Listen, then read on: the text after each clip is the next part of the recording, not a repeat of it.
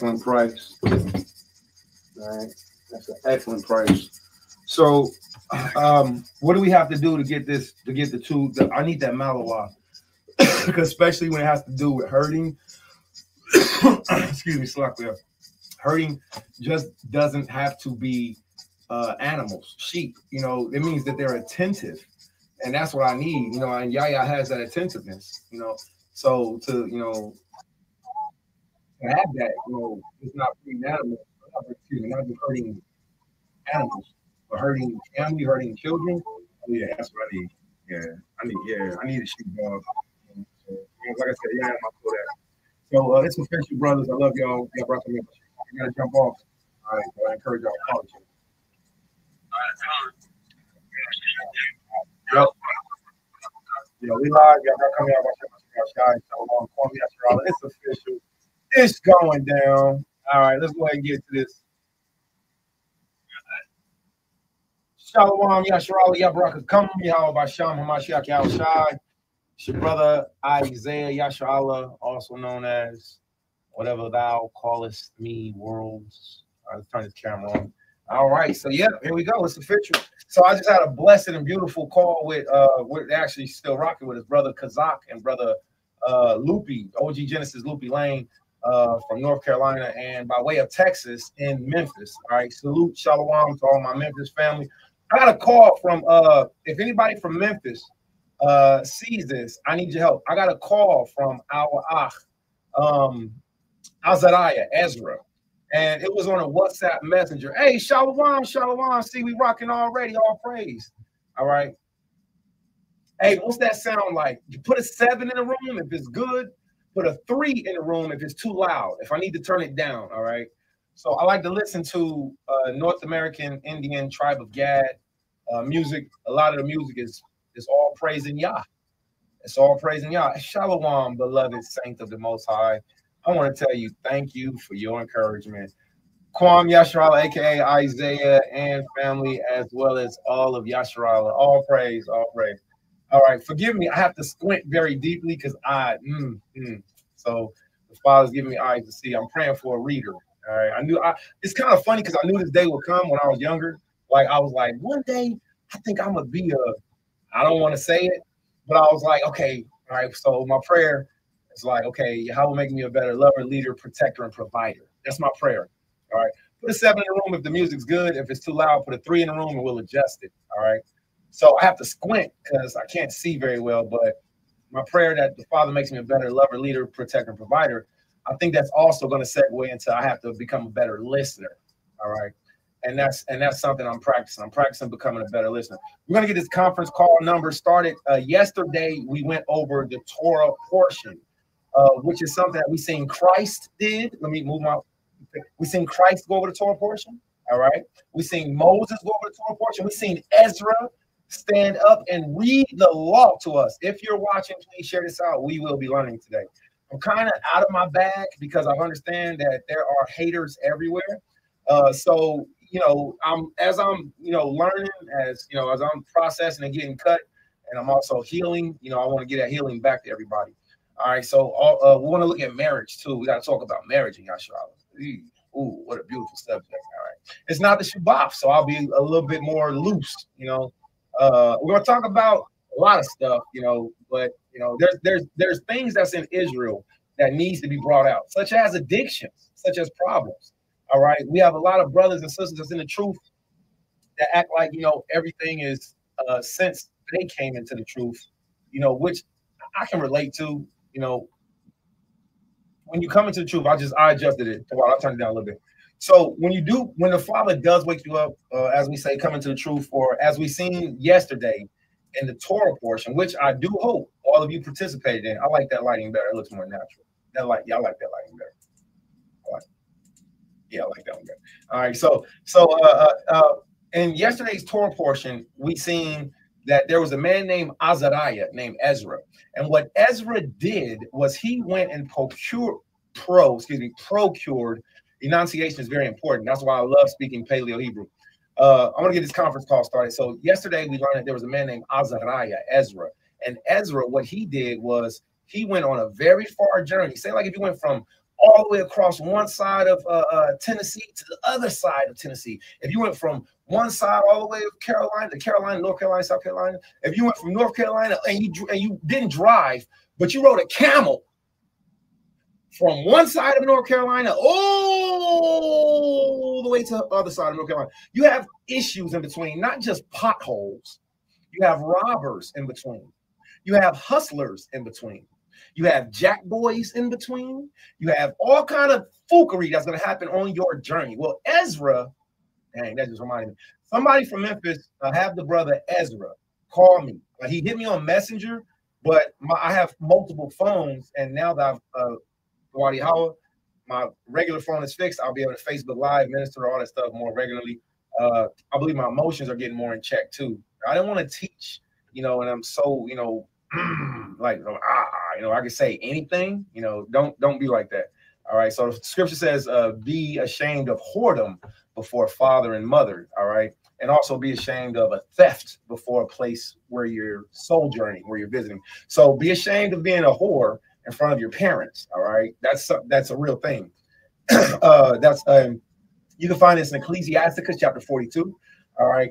If you're watching, please share this out. Also, we're going to get the conference call number started. The point of me saying all that is to say we have a brother named Ezra in Memphis. Have him to contact me. It was a messenger phone over thing, and I'm going to reach out to him also. Accountability is very important. So we don't want to miss the opportunities for counsel. I love counsel. All right. I even like bad counsel. It sucks, but I even like bad counsel because it gives me the opportunity to be like, I'm not going to do what you did. I'm not going to say what you said. I'm going to sharpen myself and help others. So yesterday we learned that Azariah, all right, Azariah or Eleazar, he went on this dangerous journey just to procure a virgin. And it was like a mystery journey. You got to think about this. Whatever town, city, state you live in, don't think about your local block. Think about the entire state that you live in and traveling from one end all the way to another, knowing that any moment somebody can up pipe on you, knowing at any moment, the police, the local officers, they could, jack you. And Eleazar, he didn't go with the empty pocket. Eleazar went with bags. He had the bags. He went with racks on top of racks. All right. Forgive me as I Babylonian talk. So he went with racks. This seemed like an impossible mission. Let me find a random girl named Rebecca who I've never seen that my master want. Okay, but what if I find her, she don't come? You bring your son back all the way back? That's like 4 trips, my lord. Zaquan, I don't mind Zaquan, but it's like 4 trips. You want me to do that? Don't do that. Yahweh will provide. Put your hand under my thigh, and I'm going to put my hand under your thigh. That's the closest that I can think of coming to a brother's most sacred, most private, most honorable part. Not just his mind, his loins. This is a real thing. Sukaria, Shalom. It's not the Sabbath today, but Zakaria, let me teach you a little extra lesson that your Abba knows. That we actually kept Sunday also as a Sabbath day after Yahushua died. Zakaria, watch this. Some of the older people don't know this. After Yahushua died, we kept Sunday as a holy day also.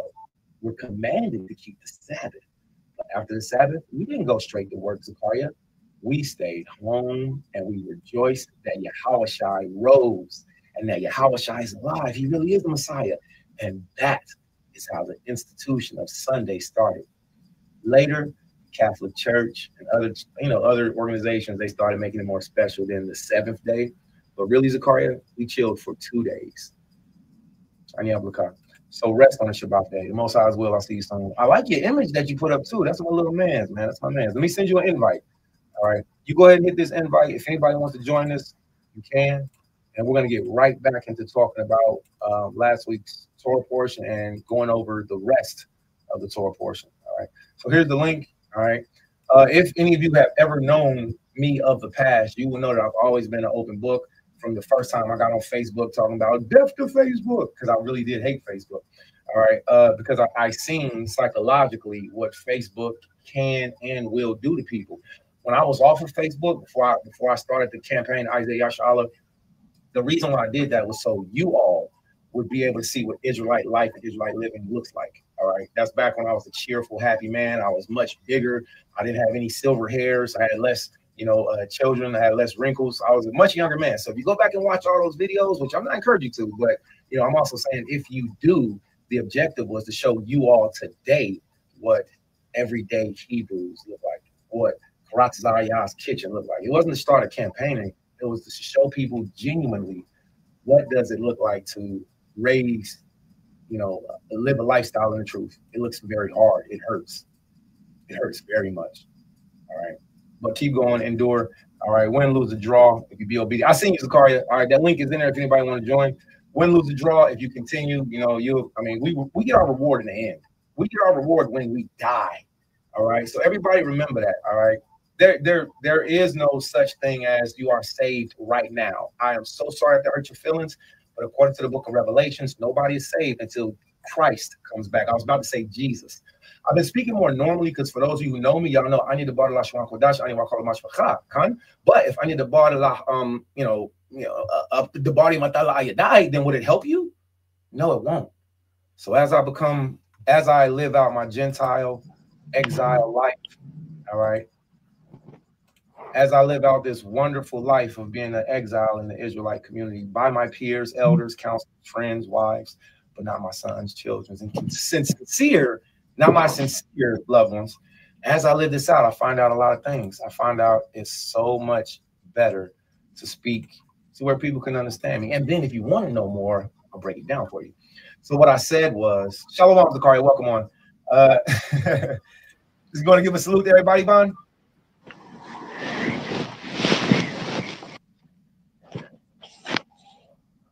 Zakaria, can you hear me? Can I be heard? All right, I'm gonna mute your microphone for now. It looks like you're watching and you're on. All right, so you're on with me, baby brew. Okay.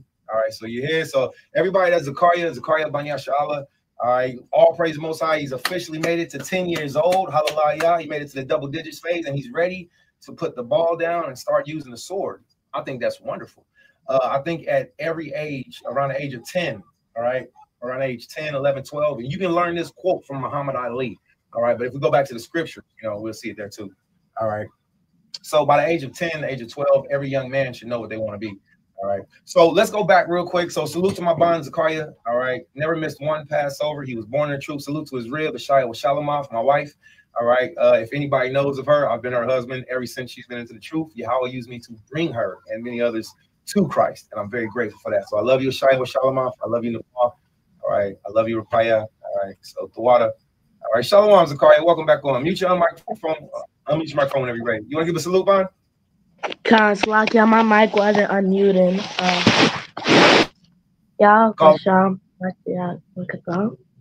Yahweh Bahasham, Hamashiach, Yahweh Shai, Barakatha. Hey, Bon. No, Bon.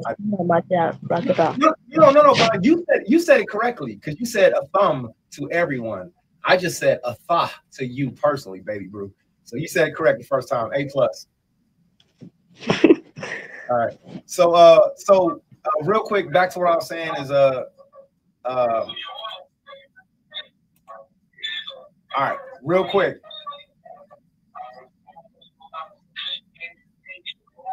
Mute your microphone for me, Zakaria, just for a second. All right, the water bond. So, and we're learning things together. Zakaria, he's going to learn how to minister just like me, just like Lamadia, just like Banyamia, just like Yashar, just like Jeremiah, and just like any other child that the Father given me out of my loins, who's still up under my protective custody, that the mothers haven't taken away, that want to be a part of ministry. Zakaria's going to be a beast.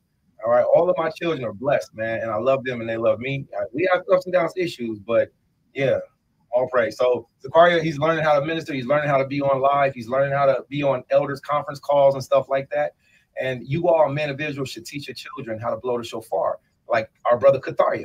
Our brother Katharia, he's an excellent, beautiful shofar blower, and he teaches. He will teach. All right, he's a beautiful teacher. All right, so just to get back to it real quick, Zakaria, I'm gonna unmute your microphone All right, can you unmute yours for a second? And if you have the TV on, turn the TV down so the sound of our voices don't come through your microphone. That's a little tricky. All right. So, Salak. I do salak laka. So for everybody who doesn't know the word salak, let me type it up here because there are some new friends that I've met, and I'm happy about that. SALACH. Salak means.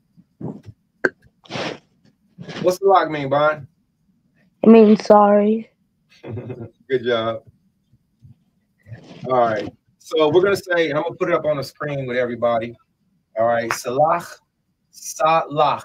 It means excuse. I meant to spell forgive, but I'm really having trouble seeing y'all. At least I spelled excuse twice. So salak means excuse or forgive or sorry. All right. So we'll sometimes say salak laya, excuse to me, forgive to me.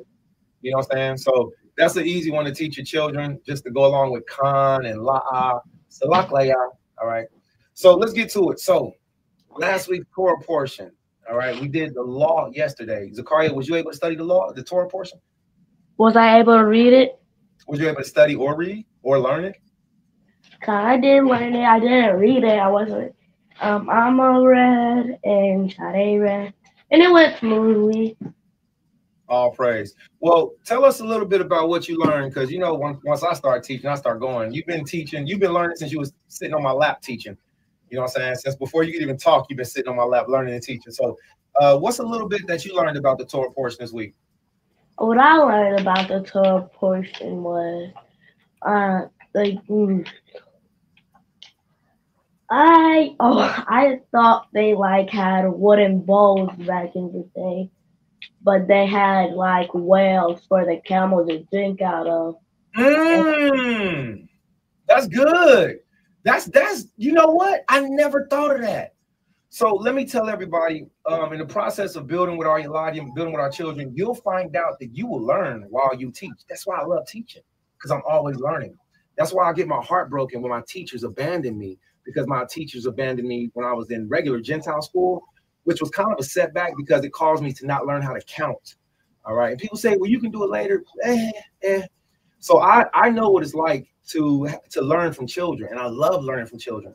So Zakaria, I never thought about that when you that they might have drunk out of wooden bowls, but we had wells for the camels to drink out of. That changes my imagination. What else you see?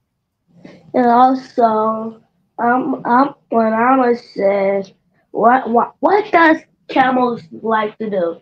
She and Rapaya, my sister, answered, they would like to spit. And that's I forgot about that. And Sarah, right? Her name is Sarah. When Sarah went to get the water from the well and scoop it in those. No, forgive me, Bon. That was Amma Rebecca. Oh, Rebecca. When Rebecca went to scoop it out the well and put it in those bowls, not those bowls, but you know how those pigs eat from those little long, and cows and horses eat from a little long thing. That's called a trough. A trough. A trough.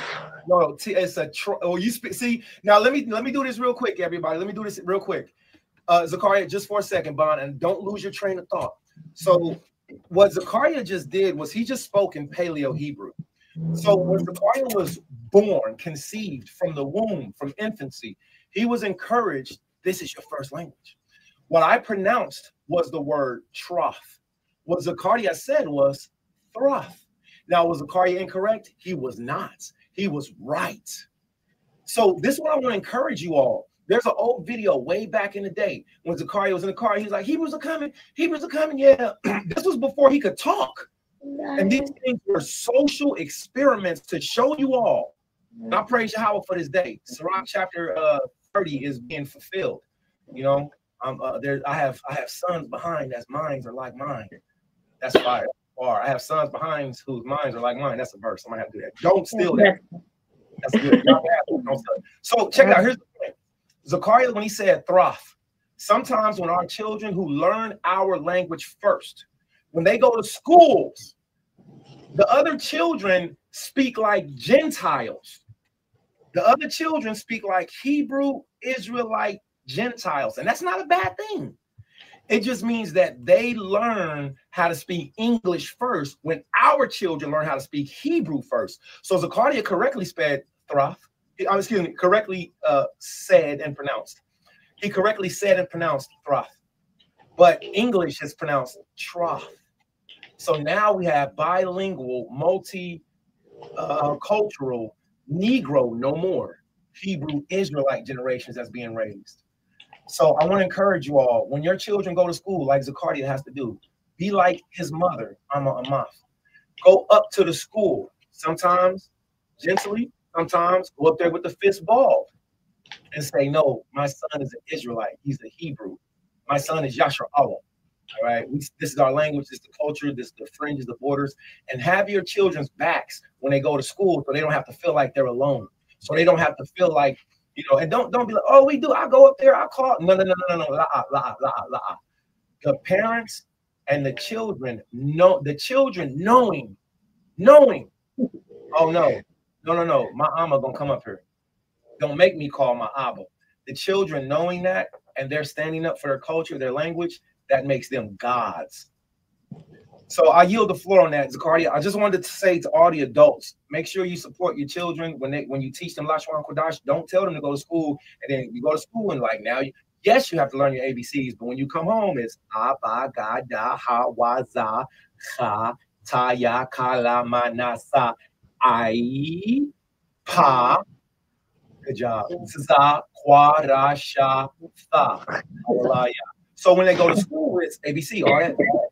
Teach their culture, so when they go back to school, they can say, oh yeah, TORAH. Oh yeah, oh my bad. Oh, y'all say trough in English. So I yield the floor on that. The water, Zachariah. Thank you everybody for listening. I hope that made sense.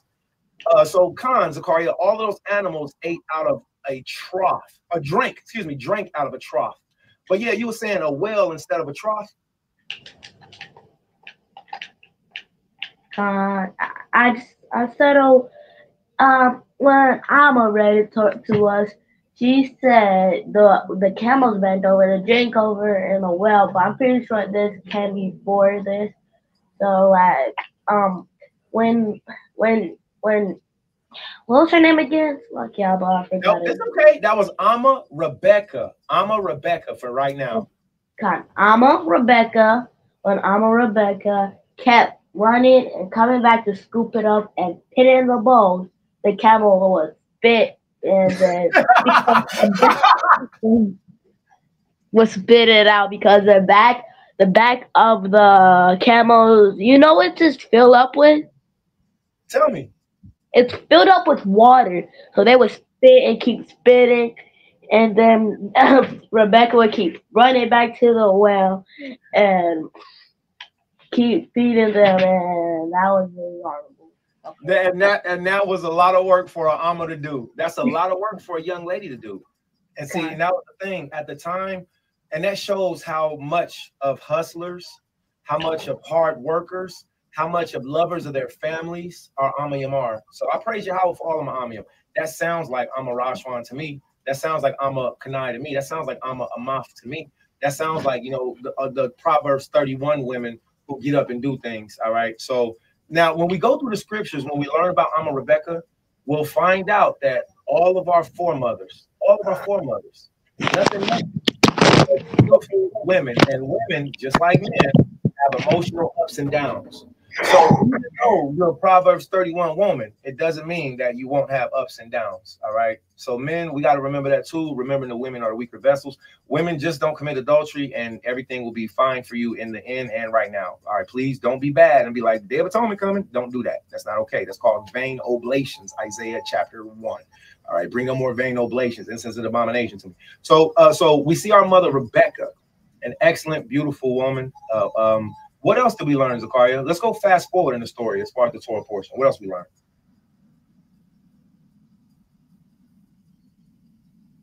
Okay, Baby Brew, you might be on mute. It's okay. Yeah. uh, did I,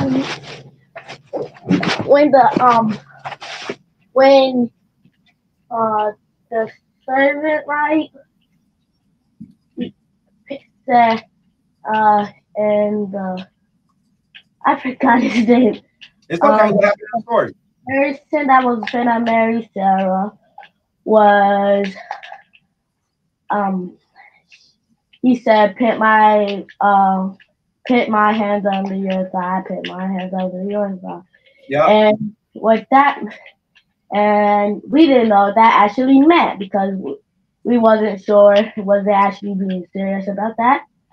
So and then what they mean was like a servant, so that they would put their legs under their master, and yeah, kind of that's what it actually meant. That was, and I thought that was kind of interesting and It's very interesting. It's very interesting. So I'm gonna respect their master from today and from back then. I'm pretty sure that oh yeah, butlers forgot about that. That's luck, yeah. all right, so now I'm gonna speak on this real quick, okay? So I want everybody to pay attention to what Zachariah said, and it really did make sense. It's very weird to have two men put their hands under each other's thigh to make an agreement. So I'm gonna teach you now, Zachariah. Atashimai, Khan. Cut. Khan. So for everybody and for those of you that's listening, it was very strange. Let's go to the scripture real quick and let's see what that is. And then I'm gonna show everybody what this meant. All right. So we have a few things. One, let's go to Genesis, this week's Torah portion, right? All right. Genesis, we're gonna start our screen share. So if everybody's ready, we're gonna start our screen share. All right. Let's get to the word. Let's get to the word, as they say, right? Let's get to the word. All right. So Genesis chapter 25. We're gonna go over, we're gonna share. All right. So from Genesis 25. We're going to minimize this screen.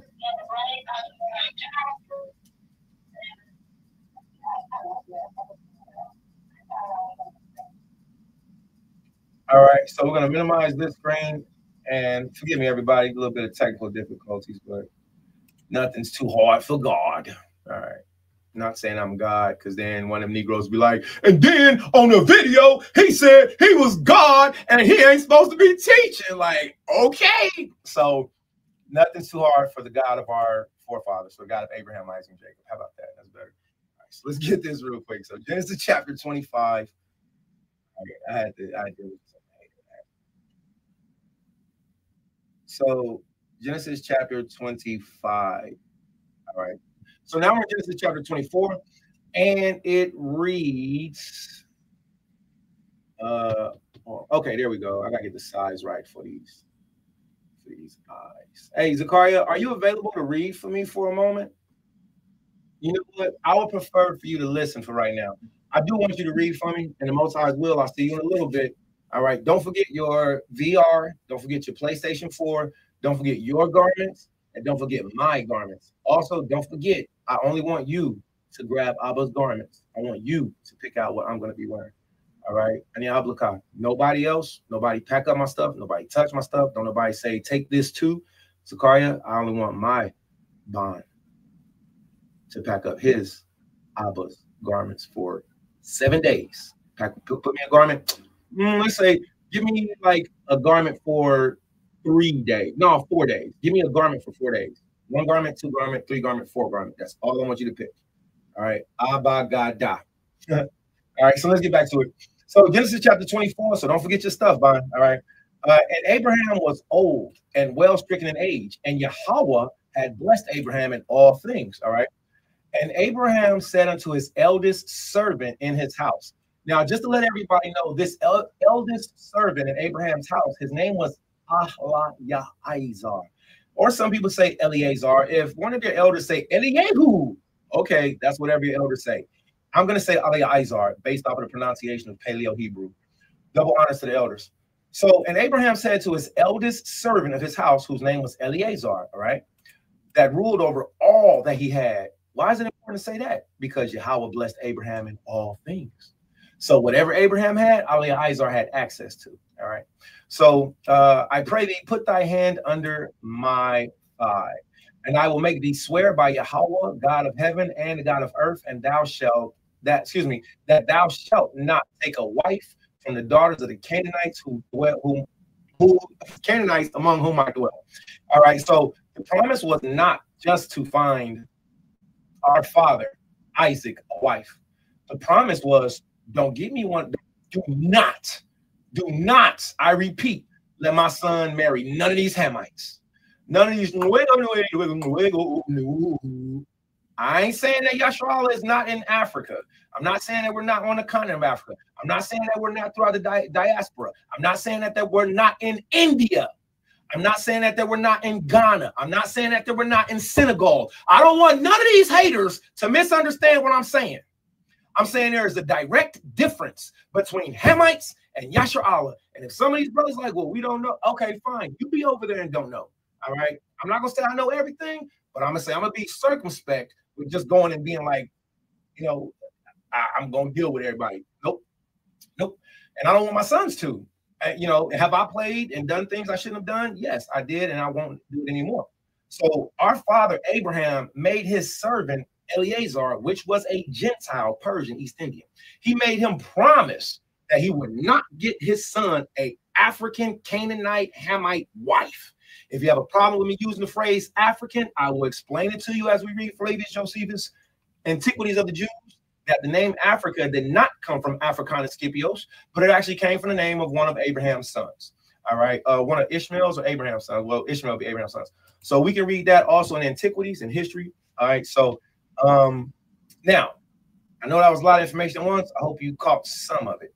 So let's get to why, all right, our grandfather said, I don't want you to get my son any African women, any Hamite women, any Canaanite women, no Somalian, no Ethiopian.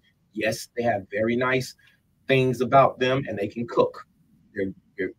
But no, get my son a bloodline from my bloodline.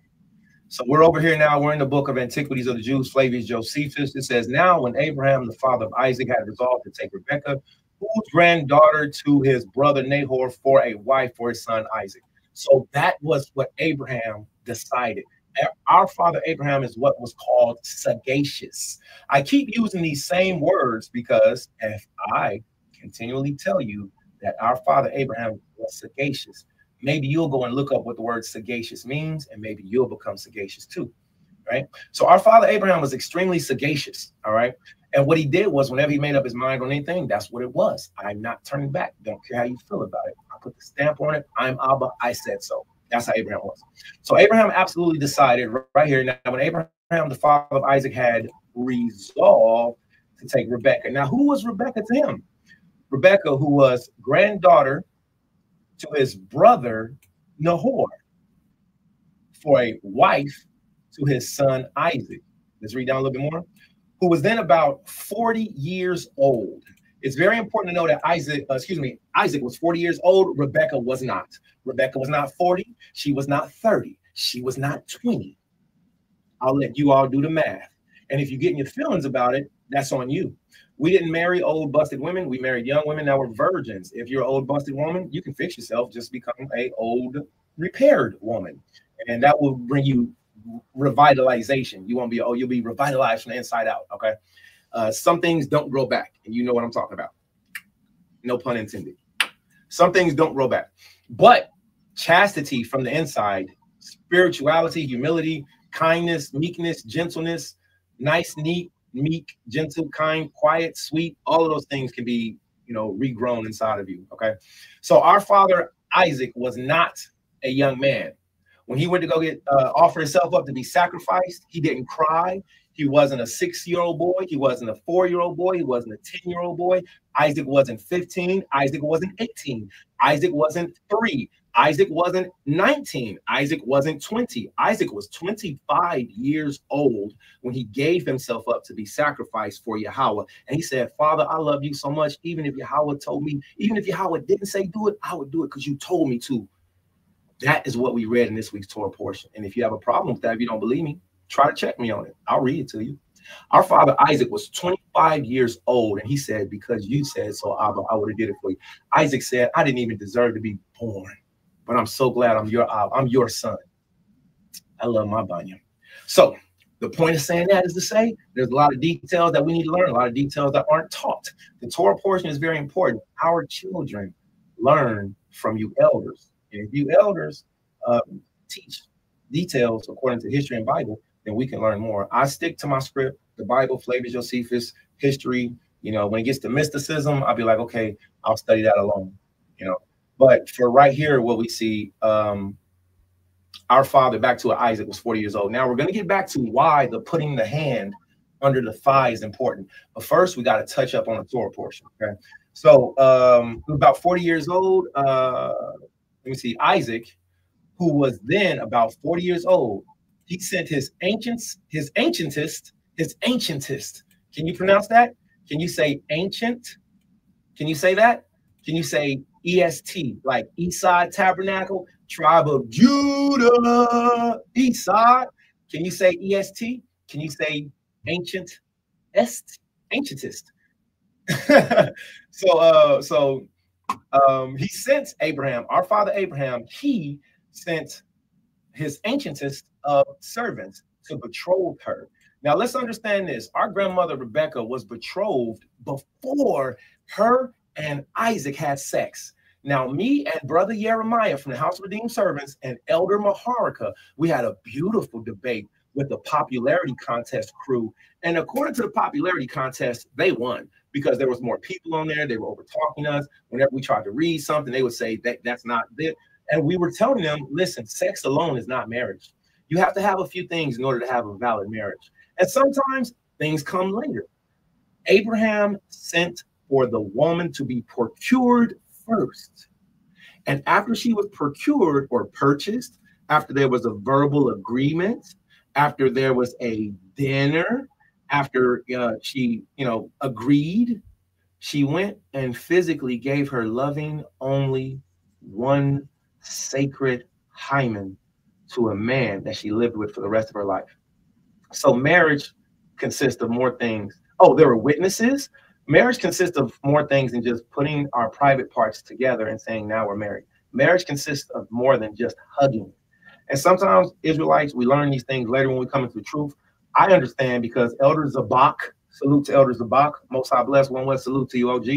Elder Zabak was telling young men, stop teaching. He said, oh my God, stop. I told them, brother, stop teaching that. He said, look, all right, if they do teach it, they got to teach it like this. Elder Zabak was telling these young men, stop teaching sex alone is not marriage. Elder Zabak, salute to him and all the other elders. I'm not a favoritist. Salute to Elder Zabak and all of the other elders. When it comes to my nation, I'm a favoritist. When it comes to my God, I'm a favoritist. Elder Zabak was teaching young men, stop teaching sex alone is marriage because it will cause damage. And also, when he was younger, when Elder Zabak was a young man, and now let me share this story with y'all, and y'all can go back and get a testimony from him. When Elder Zabak was younger, the elders was teaching them, if you lay with her, stay with her. Because the young men at that time coming into the truth before I was born, before I knew about us being Israelites, the elders, the young men at that time, at Zabak's genre, being in the truth, telling the truth, it attracts the spirit and attracts these women, and you on the streets and you teaching and all these other things. But even being in church, it's just the spirit of God that attracts women. All right, it's the spirit of God that attracts truth. So being in the streets and these are young men full of the spirit of the Lord, they were laying with the women, and the elders had to correct them and tell them, if you lay with them, stay with them. Hey, if you have sex with her, you're married. Well, later on, that teaching translated down, and when Elder Zabak got older, he was like, yo, look, y'all, that's what the elders taught us to keep us safe, to keep us from doing this and to keep the women. But now I'm telling y'all that there's more to it. Now, those were not Zaquan Zabak's exact words. That was me paraphrasing, but I did not misquote what his message was. The point of saying that is to say, to Light of Zion, to every Israelite, I say Light of Zion because I love Light of Zion, to Light of Zion and every other Israelite community school that continually and consistently, Light of Zion, Fort Lauderdale, Florida, Elder Shalamat, and my priest, Khan Yakadan, all right, who prayed for Zaquan and my family. Those elders have consistently been teaching the pattern of the Torah portion without no shame, without holding back. and constantly teaching families the same morals that we've been, following. Their principle of marriage is wonderful, in my opinion. Having a marriage covenant is wonderful, in my opinion. When we first come into the truth, we hear Genesis chapter 24. A lot of the times, the elders are lazy. They don't want to read the whole Torah portion. Genesis chapter 24 is very long. It repeats itself at least twice. And if you go and read it from Flavius Josephus, you're going to hear about 5 different repeatings. So they're lazy and they don't want to read these details, but these details show you that there was gift giving. There was a verbal agreement. There was witnesses. There was a meal. She was given away, and then there was sex. So with that being said, we learn that that's the same principle that's in the book of Tobit chapter 7. The point of saying that is to say, when you read this week's Torah, when you should have read or go back over Genesis chapter 25, it should sharpen you up. It might ask questions. It might make you say, hey, wait a minute, am I really married? Don't be stupid. Yes, you're married. Okay. Yes, brother, you're married to her. It's been 10 years, even though you don't like, her fingernails or that her thumbs are longer than her index fingers. You knew that when you married her. Y'all are married, love each other. The point is saying that when you go back to study this and you see all these details in the place, you might say, hey, this didn't happen to me. This didn't happen to me. This didn't happen to me. But you have consummated. You made an agreement. You're married. All right. So details on marriage are fun. Divorce is the last option. Is the no-no. So let's get back to this because we're still looking at the covenant. I just like details. Details help to understand. That's why I like listening to people too. I like listening. All right. So he sent Eleazar. Here we are. Everybody that's watching, listening, please share out. Man, let me get the conference call numbers. You know what? I'm not going to use a conference call because I was accused of stealing a conference call. I was accused of hijacking a conference call for, I don't know for what type of means. We've only been using this conference call number to help teach the children of Israel law, statutes, commandments before a lot of people who suddenly became not my friends. I don't know why. I can understand kind of why now because, they probably like, oh, well, he don't pull back whenever you mess with him. No. Once you mess with me and my family, I start to get to this certain place. I'm like, you're not my friend. You don't love me. Now I got to protect me and my family. And I can't be as friendly as I was to you. But that's not to everybody. The point is, we were accused of stealing a conference call number that's been used for ministry. I would love to use that. If anybody in Yasha Allah that likes to build with me or want to build, if you want to help me start a new conference call number to where people who can't be online can still listen over the phone. They might be in a hospital. They might be at work. They might, they might anything. But they still want to hear the word. Will y'all help me to start it or do a conference call number or something like that? All right. A lot of things I've been accused of lately, I don't even want to discuss because it's so piddly and the people, in my opinion, are, perpetually, complex and pathetic, But that's my, that's my hypothesis. It don't mean it's true. It means that the way that they're behaving is peevish. Okay.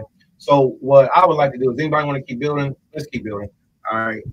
I need a conference call number. Again, I did not steal any conference call number from nobody. All right. I'm not going to go mention their names. They're not worthy of being mentioned because it's just bad. All right. So I said all that to say I would like to start a conference call for people who need to be on the phone. But unfortunately, right now, I can't. If you're watching, if you can help start one, contact me. Let's do it. All right. And, our good won't be evil spoken of. All right. So let's get back to this real quick. That's a real request. Okay. All right. When there was about 40 years old, ancientist. All right. Okay. So here we go. Now here we are. Remember putting the hand under the thigh. Who was then about 40 years old. He sent the ancientest of his servants to betroth her. All right. Sex alone is not marriage. All right. After he obliged him to give him the strongest assurances of his what? Of his fidelity. Now, let's get this real quick. I love to study. It's not the Shabbat, but Sunday was respected as a rest day after Christ was resurrected by the Israelite community. Have you not read, or did your elder not read it to you? He didn't share the manuscripts. He just hold the information for himself. So I'm going to encourage everybody to go and read Pliny the Younger. Go and read Pliny the Younger in his letter to Vespasian, because he was friends with Vespasian, the same one that conquered Jerusalem. Well, guess what? There was a European Gentile historian, which he might have been an Israelite. I'm not trying to make everybody an Israelite, but I've been studying his uncle, and his uncle may have been an Israelite. So there was a man named Pliny the Younger, and I just love how it works. Pliny the Younger was friends to Vespasian, who conquered and destroyed Jerusalem. And what Pliny did, and since Vespasian, he did have a reverence for the God of Abraham, Isaac, and Jacob. He didn't. The story is so beautiful. A lot of these Gentiles didn't want to do what they did, but when they did it, they went overboard. And it might sound like I'm trying to save or help Gentiles, but the reality of it is there are Alexander the Greek, Alexander the Great, Alexander, that's what they call him, Alexander the Bati boy, sodomite.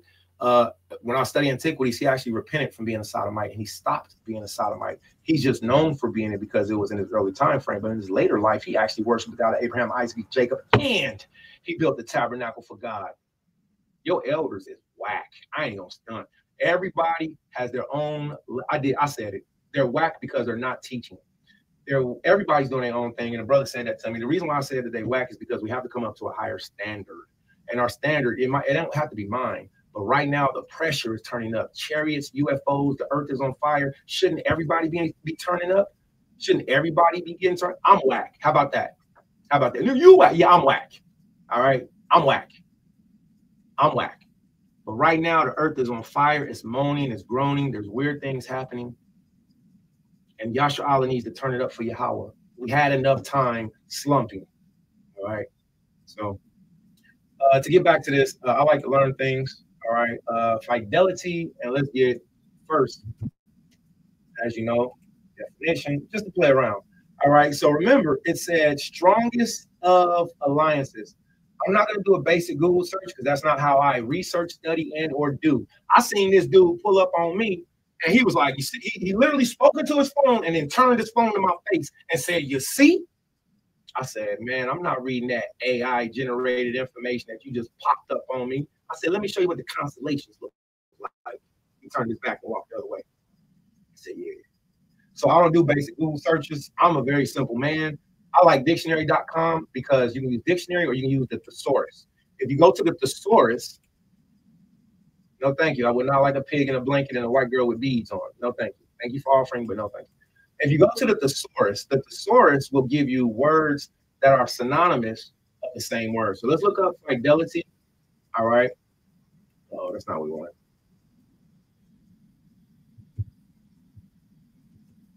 All right, now we're learning about the covenant of putting the hand under each other's thigh. Okay, I do have lined up what I want to show you, but I also kind of want to go through the basic stuff too. All right, so let's see if we can make this a little bit smaller. And I apologize, I have to make it large so I can see. So please forgive me. So fidelity. All right, the way that dictionary.com works, and I know you use Merriam-Webster and you use Art and Scroll, and you use Blue Letter. Listen, I like the Blue Letter Bible is easy because babies can use this. And then from here, you can go to those advanced things that a lot of us, need to still learn. So when you're looking up fidelity, you go to dictionary.com, you can switch tabs either from blue to orange. I go to the thesaurus. I go to the thesaurus.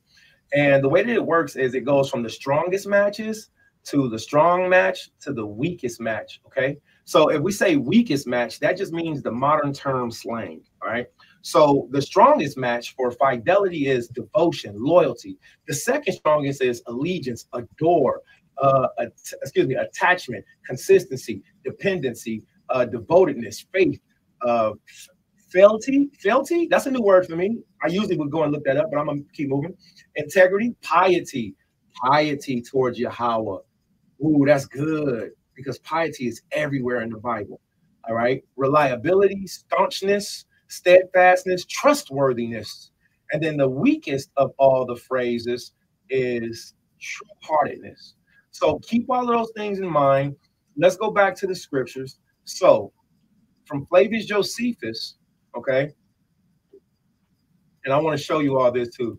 So this is where we were reading from. All right. A good teacher, a good student should want to be a teacher, and a good teacher should want his students to become a teacher and an elder. All right. So I love to show where so here we are. All right. So this is the website, thesaurus.com. Okay. Let me close that window. How do you close it? Close. Okay. So here we are. Here's the website, thesaurus.com. This is where we were reading from. All right. For everybody that can see it, you have devotion, loyalty, allegiance, adore, attachment. See, this way. So it reads from the strongest matches and it reads down to the weakest word that's synonymous with the word that you're looking for. So we're looking up the word fidelity. All right. There's a beautiful song called Fidelity. It means loyalty, right? Devotion. Right? How will give us more? They give us the hearts of I don't know how to give us fidelity hearts. How do you say that? I don't know how to say that. All right. All right. So we see here what the word fidelity is. Let's go back to our teacher, which Flavius Josephus is one of our teachers. All right. A while back, I said, well, the elders ain't talking to me, so I'm going to talk to the dead. They thought I was tripping. I was talking about Flavius Josephus and Jesus. What? Man, these things be bars. Why don't I write this down? The Wadi Hawa. All right, so here we go. After he had obliged him to give him the strongest assurance of his loyalty, right? The strongest assurance of his devotion, the strongest assurance of his allegiance. Okay, so the principle is this right here. We're not done. We're not done at all. All right. The principle is this right here. I would sit across from my elder and I would say, Zaquan, I will not covet your wife. I won't covet anything that's yours. I'll help you to encourage and build the nation and keep the Most High's laws, statutes, commandments, judgments, along with faith in Christ, along with the prophecies as written from the foundation of the 1611 King James Bible, going back to the writings of Paleo-Hebrew. And Zaquan make the same vow or whatever. Us sitting across from each other, I'm not going to shake your hand. Isn't that what we do? King David said, beware of those who make falsehoods with their right hand. Then we see the, oh, y'all forgot about that one, didn't y'all? Yeah, put that in your precept book. Then you come to Genesis chapter 24, and you see the assurance of one brother sitting across from another elder, not shaking the right hand, but placing the right hand under the thigh. And that same elder crossed and put his hand under my thigh. Is that close to my loins? Yes. Is it close to my privacy? Yes. Do we touch each other? That's not the objective at all. The objective is to know that we said this. This is deeper than a handshake. This is the most personal, most private that we can get to each other, brother. Let's read on. There's nothing nasty. There's nothing lascivious. There's nothing sexual about this. This is all for a vow. Let's read on. After he had obliged him to give him the strongest assurance of his fidelity, which, here we go, which assurances were given after the manner. If you're ever reading or studying or listening, because sometimes we can't read, so when you can read, you can always listen, right? So when you're listening, if you ever hear this phrase that says, after the manner, if you see that in the Bible, if you see that in any antiquity books, if you see that in any esoteric books, which stay away from esoteric books unless you're spiritually mature, or unless, you know, your father, mother gives you permission. I don't give my children permission to study esoteric books, but I will teach them. What it's saying such as to say, after this manner means pay attention, because I'm about to tell you this is how it works, right? So let's read on. Which assurances were given after this manner? When you hear that phrase, start to pay special attention, okay? After the manner following, they put each other's hand under each other's thighs, which they called upon God as their witness of what has been done. This was the vow that was made between Abraham and between Eliezer. All right. One, don't bring my son. No, do not bring my son a wife from the land of the Canaanites. You go and get a wife from my bloodline, and don't take my son back to where my brother was killed, to where they tried to exit. They didn't try to. Abraham was exiled. Abraham was exiled because of his beliefs, because of his stance. He refused to go back to the land that he came from. His brother also, there was a thing with Abraham's brother in the land. I'll let you all study that for yourselves. So he didn't want his son to go back there. He didn't want his son to go back there. Let's look at something else I think is very interesting. Now, Rome is where we're going to go next. The Roman Empire is based off of what? Greek, which goes back to the Hebrew, all right? There's errors in between. There's time frames in between. But I want to teach you all about an oath that the Roman soldiers used to do. Now, the Roman soldiers were bati boys. They were sodomites. This means they would have sex with each other. We're not supposed to do that. That's a bad thing. But the Roman officers wouldn't do like this. Did you know that? Did you know that this wasn't the Roman officer's salute from the beginning? Did you know that the word testify doesn't go back to just tell the truth? Did you know that the word testes, testicles are in the word testify? Did you know that according to the writings of, there was a horn that hung, hold on one second.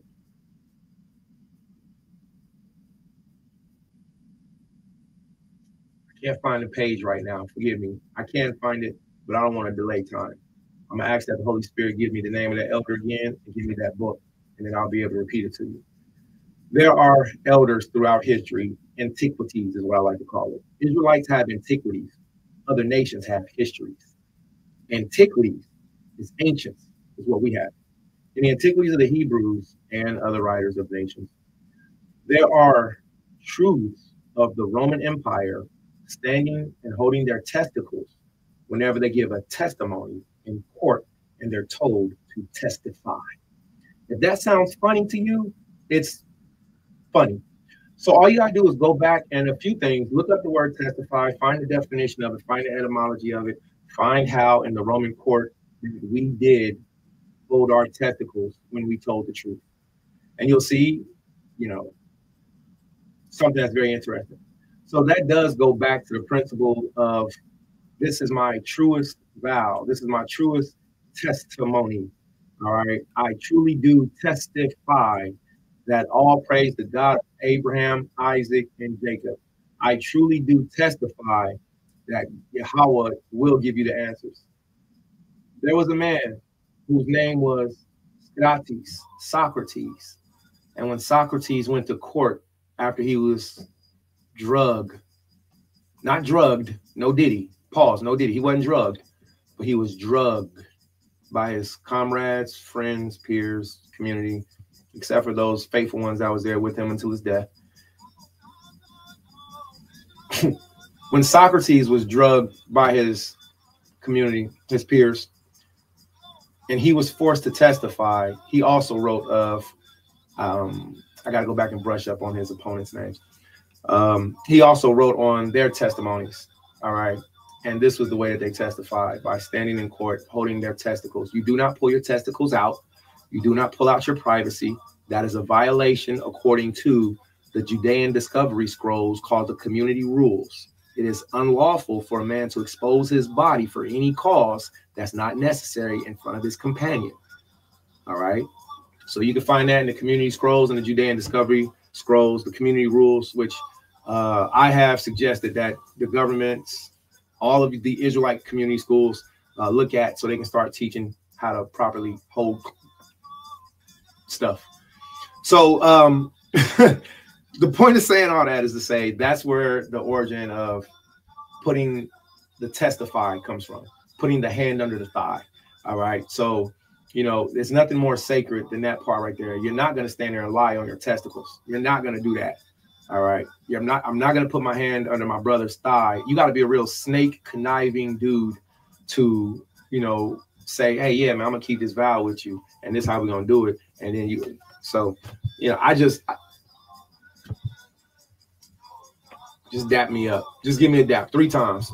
Knowledge, wisdom, understanding. Okay, holy kiss. Okay. Mwah. All right, shalom. All right. So with that being said, I hope that helps to explain. That was a lot that we just unpacked. All right, that was a lot that we just unpacked, but it's all real information. All right, so you can go and look it up for yourself. All right, Zakaria, you still tracking with us? I know that was a lot, but being 10 years old, he's used to hearing me talk a lot. All right.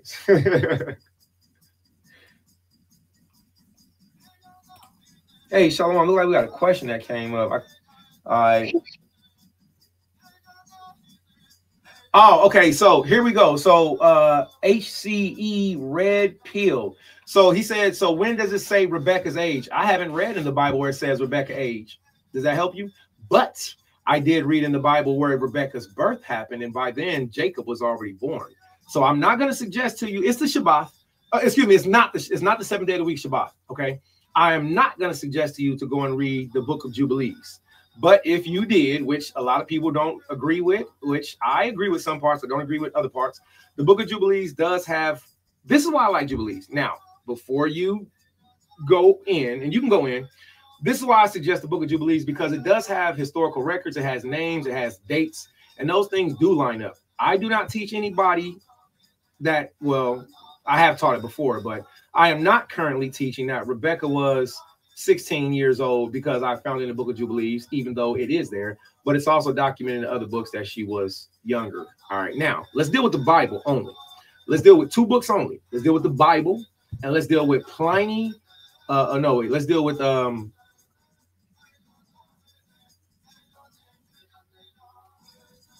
St. John of Damascus. Let's deal with St. John of Damascus. Let's deal with Pliny the Elder.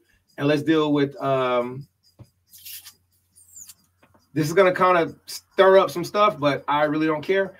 Let's go to the Bible first. Let's deal with the Bible first. All right, so let's go to, and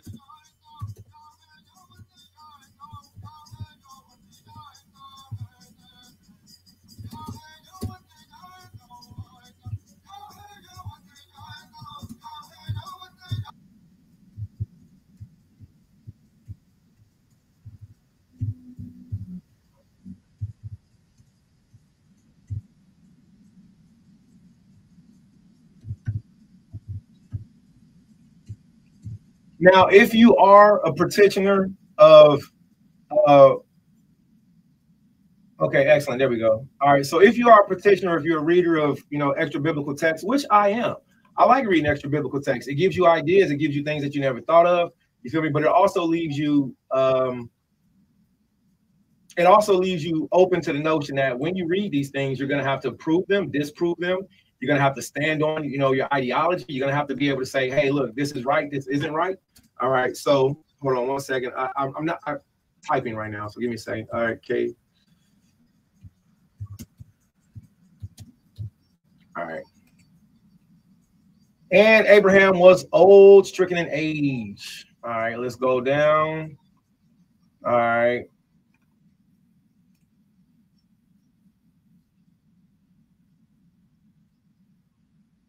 Okay. Bride for son Abraham. All right.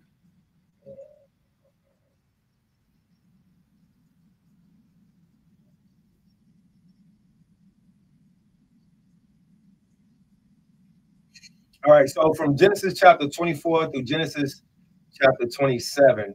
All right.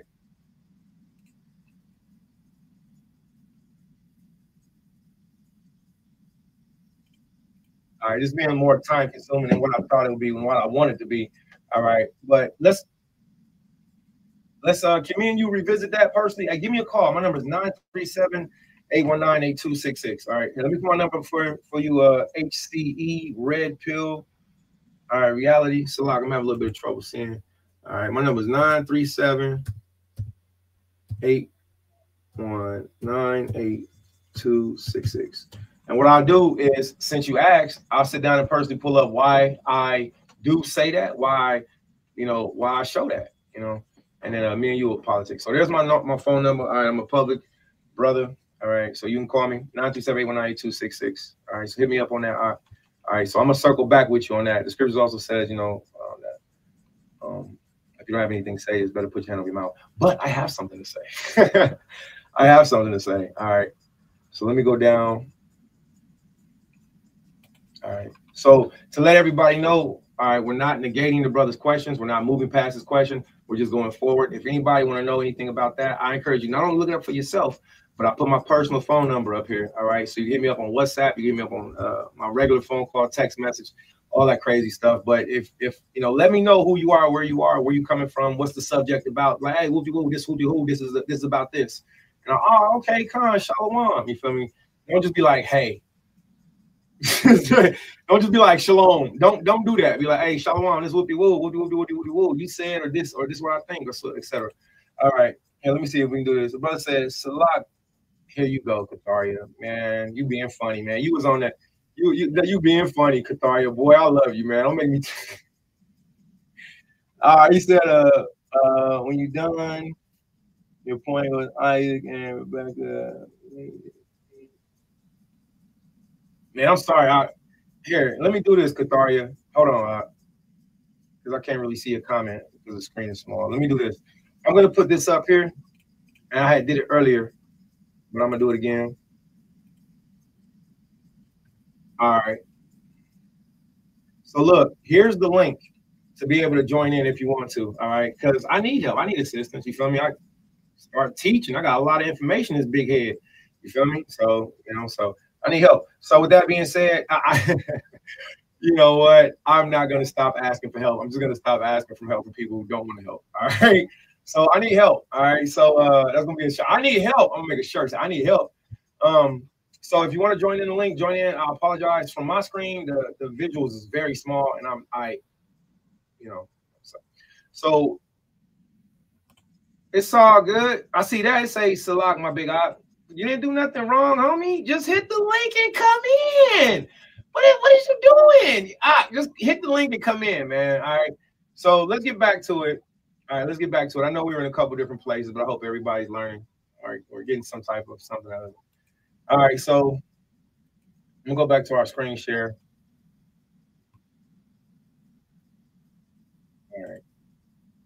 All right, so I'm gonna go back to our screen share. So now on the subject again, Rebecca and Isaac were not the same age. Isaac was born first, Rebecca was born later. All right, so I can't give an exact age because I don't know it. I just know that they weren't the same age. All right, I know that he was 40 years old when they met. So I know that other, I don't know how mature everybody is, but I'm just gonna say it. All right, so when you study Isidore of Seville's etymologies, there's a section in there that talks about the age of sex, and the age of sex actually does start during the time frame when a woman begins her flower. A lot of people know that, but they don't like to talk about it. So that's when the age of sex begins, but it don't mean that that's when you have to start having sex. So the point of it is that a lot of times in antiquities, we did take young wives, and we took young wives. We didn't take them, force them, but it was a part of our culture because of the maturity and the development and, all that stuff. Women, we did have younger wives. All right. And that shouldn't be a hard concept to understand because a lot of women, even before they came into the truth, or, before they came into the truth and even in their youth, the reality of it is that women a lot of times experience sexual, awakenings before men, so we'll say it like that. So the maturity level is definitely different. All right. So I got to realize, a lot of things about myself, So that's a whole nother lesson. All right. You can find that Isidore of Seville's etymologies. All right. And it's on the section of puberty. You want to go to the section of mankind, portenance, and puberty. All right. Mankind, portenance, and puberty. All right. So, all right. All right, let's get back to it. Let's get back to it. That was a lot. I really want to know what that brother was saying, though, man. All right, so, but thou shalt go into my country. Okay, so I think that's good enough for a recap on that. All right, let's go to the next part of this week's Torah portion. So we're looking at Genesis chapter 25. All right, we're looking at Genesis chapter 25. So all of those things was brought about. All right, and if the woman be not willing to follow thee, then you should be clear of my oath. Only bring not my son thither again. All right, everybody see that? So that was Abraham's main concern. Don't get a wife from the people of this land that I'm living in. Go bring a daughter that I know of. Abraham wasn't unaware of Rebecca's birth, and I'll bring that out later. The scriptures actually tell us, I think it was 2 Torah portions back, that and Abraham, he found out about Rebecca's birth. So he wasn't unaware. All right, so let's move down, and that's not to say face on me on anything. It's just to say that, hey, it's just to say that it was mentioned in the Torah, and that we can revisit. Okay, all right. And TORAH, thank you for asking. I appreciate your biblical scriptural accountability. So now I look forward to building with you on it. Don't just ask me and then go away. Stay close. Let's build. 937-819-8266. All right, whoever thou art. All right, hit me up. All right. They put each other's hands under each other's thigh. Then they called upon God as the witness of what was to be done. All right. Even if you don't call me, I'm still going to teach on it anyways because I have to. All right. All right. He also sent such presents to those that were in esteem on account that they were either rarely or never seen in that country. All right. So in other words, he sent dowry to Rebecca. Okay. All right. Let's read down a little bit more. We'll go back to the scripture. All right. So what else happened? So he sent the dowry. It repeats itself. Genesis chapter 24. As I said, it is long. A lot of whenever I go to debates with people about sex alone is not marriage, I encourage them to bounce through Genesis chapter 24 with me because look, we're in verse 49.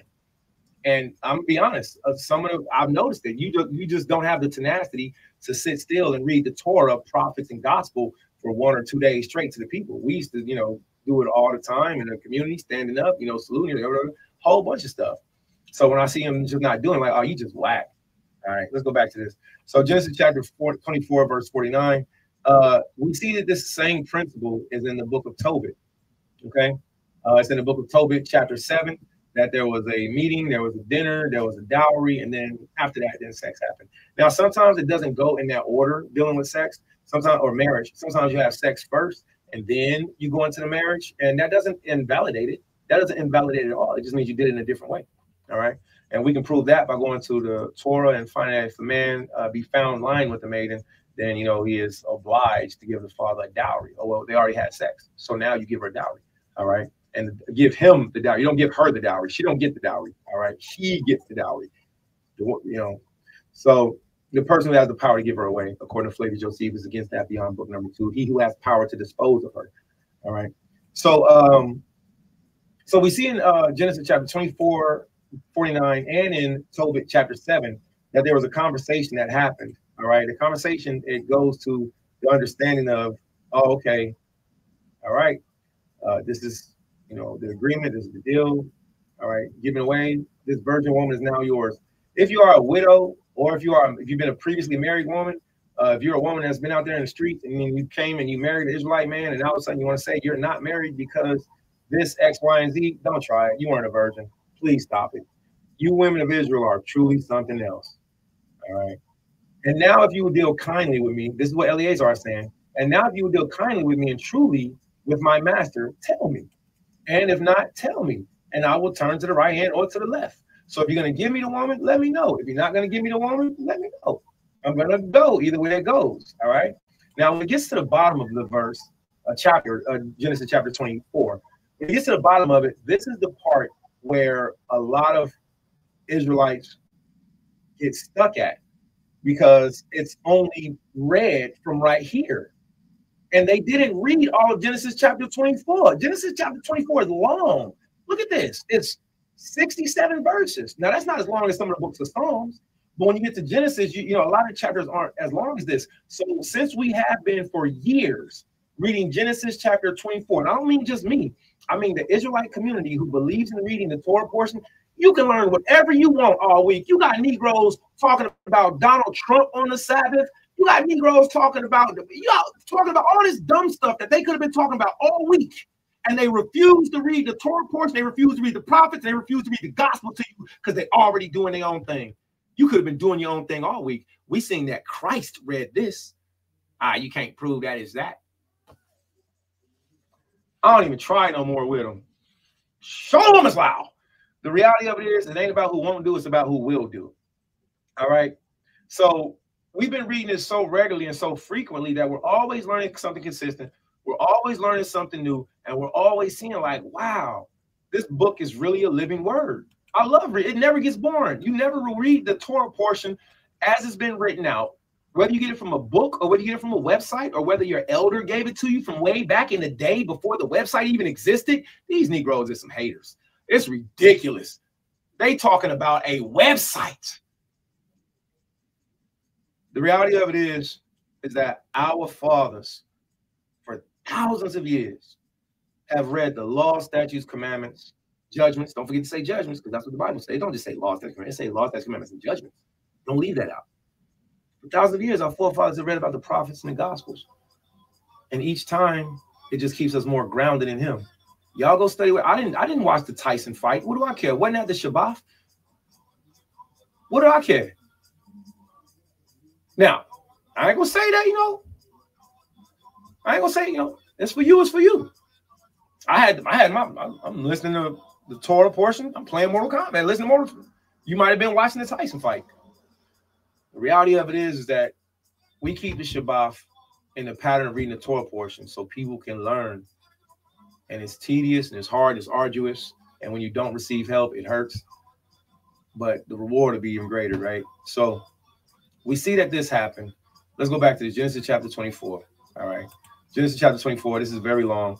The majority of them skip down, and they miss all of this information. Rebecca didn't go alone. Look, Rebecca didn't go alone. There's more details with that because you'll read about Rebecca's handmaiden, excuse me. You'll read about Rebecca's handmaiden and other animals. It's like, wow, this stuff lines up. But this is where a lot of Israelites get stuck at because their elders are so lazy. They only teach this because they want to say sex alone is marriage. I'm going to say that the elders are lazy. All right. Look at this. The very last verse, that is pathetic. Not the scriptures, but, you know, how all of this information is skipped. So Rebecca, it wasn't the picture that's painted to us in some of the Israelite communities is that sex alone is marriage. And look at this. Let me read it to y'all how it was given to me. And I hope that they grew up since then. Genesis chapter 24, verse 67, it says, and Isaac brought her into his mother Sarah's tent and took Rebecca. You see what that say, brother? What that say, brother, right there? It say he took Rebecca. Brother, what did that mean? It took Rebecca. Let's go get the Hebrew word took. Their teachings are so stupid, it's ridiculous. And I got to say it because, you know, it doesn't help. I think it helps to the degree of it's like that can't be all of the story. Let me go keep learning. Lord, please teach me the rest of it. So it's not a process of 1, 2, 3, you know, hey, we see each other. Now we just have sex. Now we're married. OK, there's plenty of beautiful steps and processes in between. Now, Eleazar, he was a very wealthy man because his master was a very wealthy man. But you might not be a wealthy man. You might be wealthy to a degree, but not wealthy to the degree of Abraham. Maintenance technician, $30 an hour, easy. All right. Hey, don't be HVAC certified. If you HVAC certified, it's over with. You might work in a hospital. You might be a male nursing aide. You feel me? You might be a nurse. You might be a doctor. You might not doctor. You might be, you know, a low paid wage civilian in the land of your captivity. Does it mean you have to give your wife $1,000 ring, wedding ring? No, I didn't see that in the Bible. I seen earrings. I seen bracelets. If she wants a wedding ring, why not give it to her? She can buy it for herself and say this from you. You agree with it? Yeah, baby, that's fine. That's yours. Love you, baby. It's from my heart. And then over time, maybe you'll go to India. Maybe you'll bring her back some oil from Saskumar Kamar that nobody else has. Maybe you'll go to another place in the world and you'll bring back a trinket and nobody else has that. So don't define your gifts of a dowry. Maybe it's a feather. Maybe it's a feather that a chief gave you and you gave it to her father. Maybe.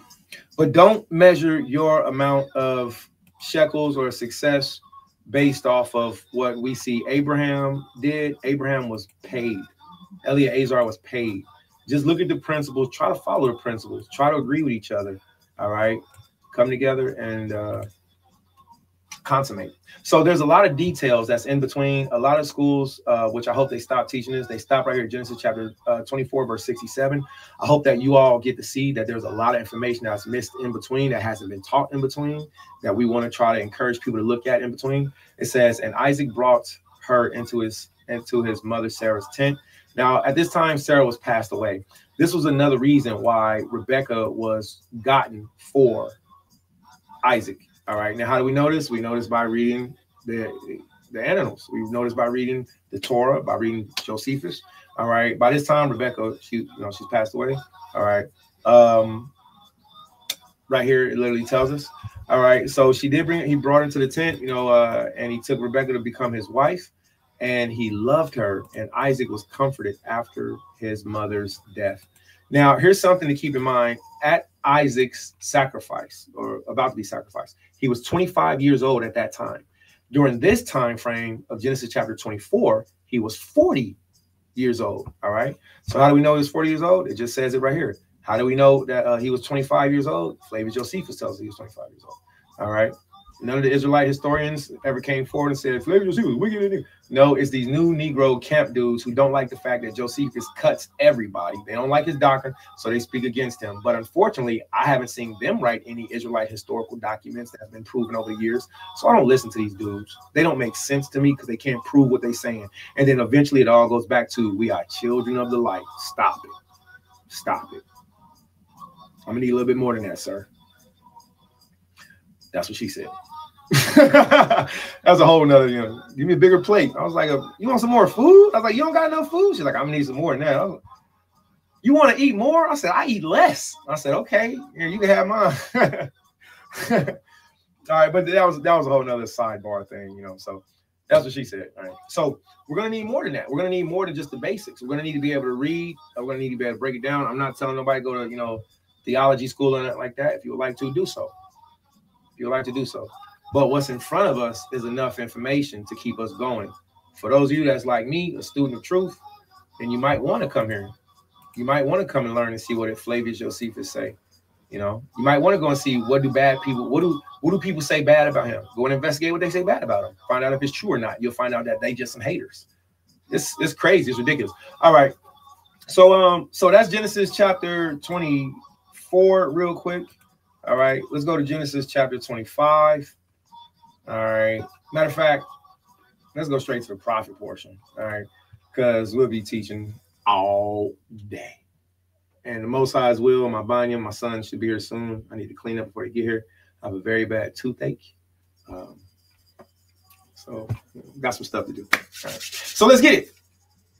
1 Kings chapter 1, verse 1. We're going to look at the brothers who are haters. You have brothers who are haters. You can't do nothing about it. Negro, he just don't like you. Your brother is a hater, okay? He can say he's doing it for your best benefit. He can say he's doing it for your good. He can say he's trying to do this for you. The reality of it is, if your brother lobbies other people against you, your brother's a hater. This week's Torah portion was about a brother that was a hater. Whenever I think about haters, I tell y'all I was raised so gangster. If you know, you know. South 42nd Street, AGTDHP, Douglas Heights Projects. If you know, you know, 40 Deuce. The reality of the guillotine. That's what they call where I was raised. The Gilla. Deloke and Dilemma. The guillotine.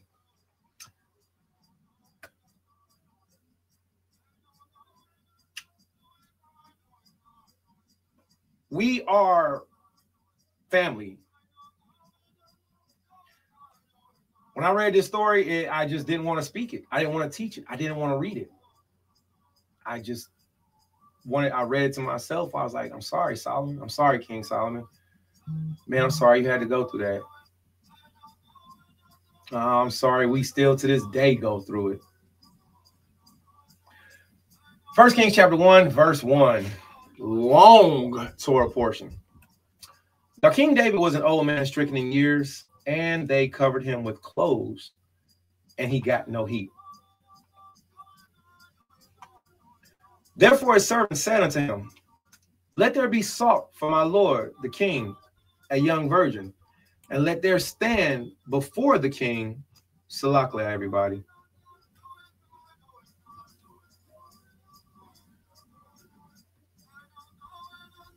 Okay. And let there stand before the king, and let her stand before the king. All right. So again, we're looking at a maiden. Each Torah portion has some type of connection. All right. It's not just, oh, you found the word here, you found the word here. Nope, not at all. When you go through the Torah portions, you're going to find connections, and these connections are going to line up. Again, the Torah portions were practiced in Deuteronomy chapter 32. All right. The Torah portion was practiced, as we see, when it was Christ's custom to stand up and read the law every Sabbath day. So whoever these haters are who don't want to follow this principle, the Jehovah's Witness organization is doing better than these dudes. You mean, you know what I'm saying? At least the Jehovah's Witness organization gets together and reads the same to put everybody in sync. How can you tell me you about unity and you won't even unify the people to read the same scriptures together? Because you want people to do your program instead of the program that was found in the Bible. And because other people are doing it, they say, we're not going to do that because that's what they doing. We're going to do this over here. You Negroes are the separatists. We're trying to get friends, men, family, everybody that we can. If you want to do a different lesson, you got Sunday, Monday, Tuesday, Wednesday, Thursday, Friday, and on Sunday, Monday. You got every day of the week. The Jehovah's Witness, the Mormons, and so many other so many other, pseudo-ecclesiastical organizations are following our format, and you got even so-called elders who say, we ain't gonna do that, we're gonna do our own thing. I salute the Light of Zion, Fort Lauderdale, Florida, and all the other Israelite households, community schools, Knessets, synagogues, schisms, isms, every Israelite church that throughout the years have learned that there's a pattern that will that when read will help the people to develop and grow. You can do your breakdown any day of the week. So going through the Torah portion regularly, consistently, it does change it. These Negroes is church. That's what I'm not doing that no more. That's church. Don't get in your bag. Huh. Now, let's read on.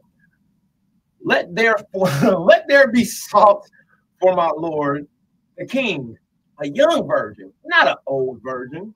We could break it down in Hebrew, but do y'all really want to? Yalad Bafala, Yalad Na'ira. What do it say, Cathartia? Do it say Yalad Bafala, or do it say Yalad Na'ira? And then we're going to look up what that is from etymologies, and you'll find out it was a young maiden. And let her stand before the king, and let her cherish him, and let her lie in thy bosom, that my lord the king may get heat. So they sought for a fair damsel throughout all the coast of Yasharallah, and they brought Abishag, the Shunammite, and brought her before the king.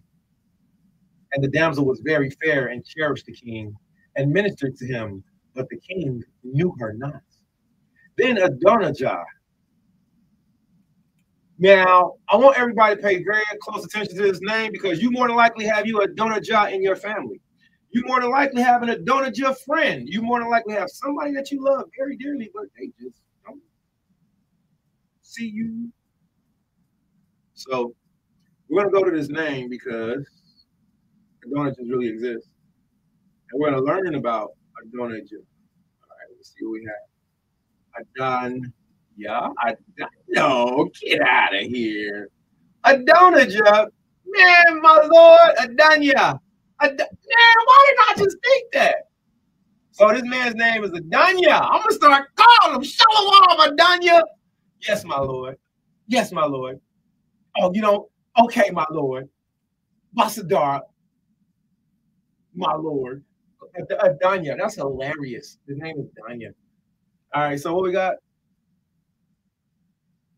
Hashtag maturity. All right. I can't read that. That's too many jumbled words together. I tried, homie. I tried. Hey, Judah, I love you, baby. I'm going to leave it up there for other people to read. I tried. I got as close as I can. Boy, you almost see my retina. That's too close. All right, so let's get back to this real quick. All right, and it came to pass into the earrings of bracelets. Let's go back to the Torah. All right, we're at the prophet portion. So Adonijah is the name for Adonijah. Adonijah. Adonijah. Why didn't I consider that? Adonai, Adonijah, Adonijah. So some of you have some Adonijahs in your life right now, and they're not going away no time soon. What I've learned is I literally just love reading the Bible. Then Adonijah, the son of Haggith, exalted himself, saying, I will be king. I will be king. And he prepared him chariots and horsemen and 50 men to run before him. And his father did not displease him. Now, here's a problem with this. His father did not displease him. All right, hold that thought. The Ecclesiasticus chapter 30, KJV, Blue Letter Bible. Excuse me. Sirach, Ecclesiasticus chapter 30.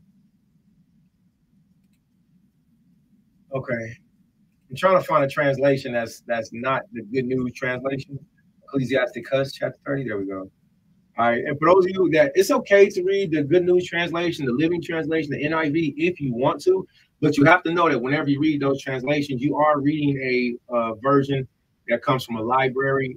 That's from what's called the Alexandrian Vault. It doesn't come from what's called the Textus Receptus. It comes from the Alexandrian Vault. The Alexandrian Vault Bibles were meant to be burned and destroyed. So with that being said, if you choose to read those versions, you're ultimately reading a Jehovah's Witness New World Translation Bible. It's okay if you want to. I just wanted to put that out there. All right, so this is Ecclesiastes chapter 30, Sirach chapter 30. Now, this is on parenting, okay? Baba Kusha, please pay close attention. He that loveth his son calls him oft to feel the rod. I love my sons very much, and I don't have to spank my sons very oftenly. But if I do, even at the age of 20, I will show them I'm still your father. Will you lift your hand back up to me? Even at the age of 10, I will show them I am their father. Even at the age of 10 months.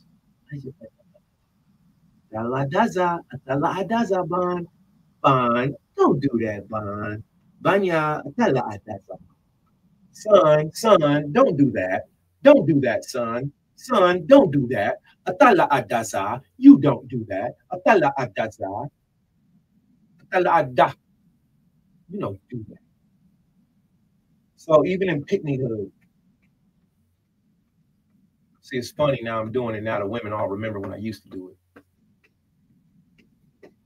He that loveth the son causeth him oft to feel the rod, that he may have joy of him in the end.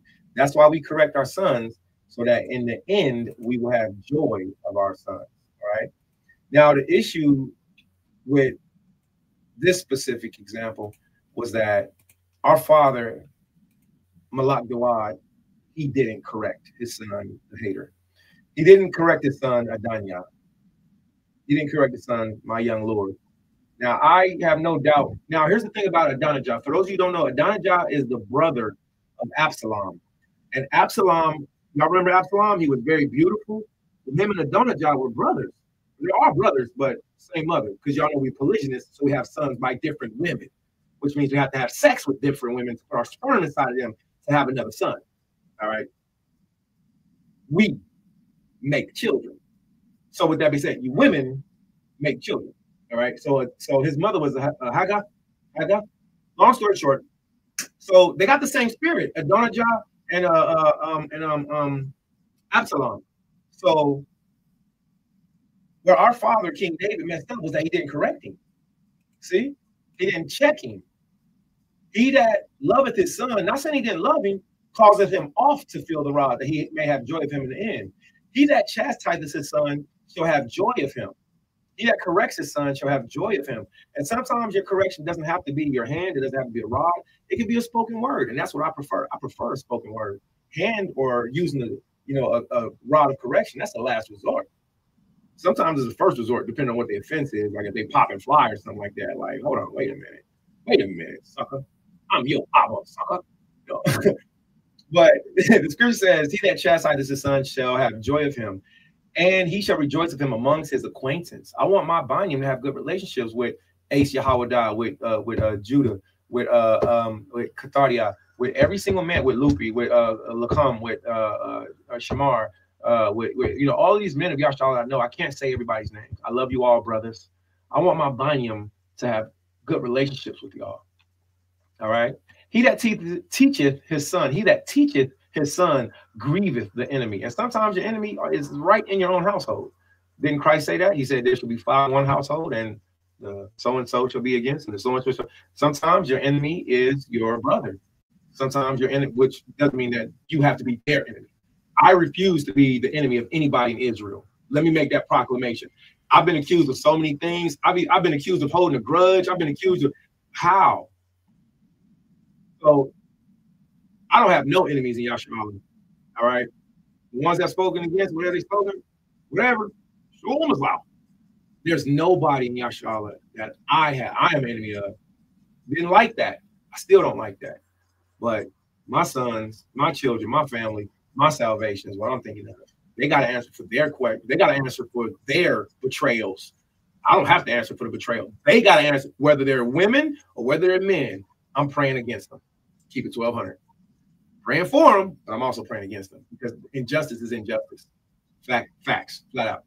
So when we, as men of Israel, teach our sons, it grieves the enemy. And before his friends, he shall rejoice of him. That's what I'm looking forward to. Though his father died, yet it is as though he were not dead, for he has left behind him that is like himself. And while he liveth, he rejoiced in him.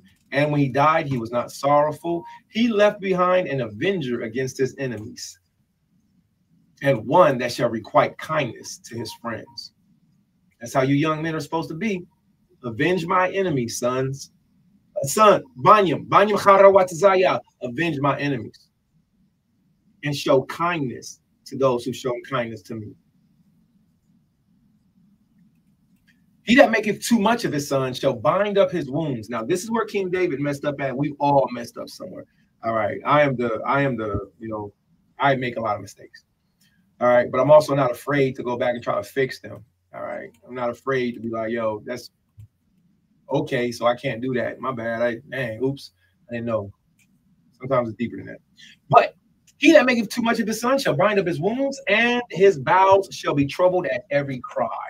What does that mean? That means whenever my son starts fussing, I'm like, oh, come here, son. Don't woo. Oh, it's okay. And I'm always taking up for him. You can't do that. You can't do that.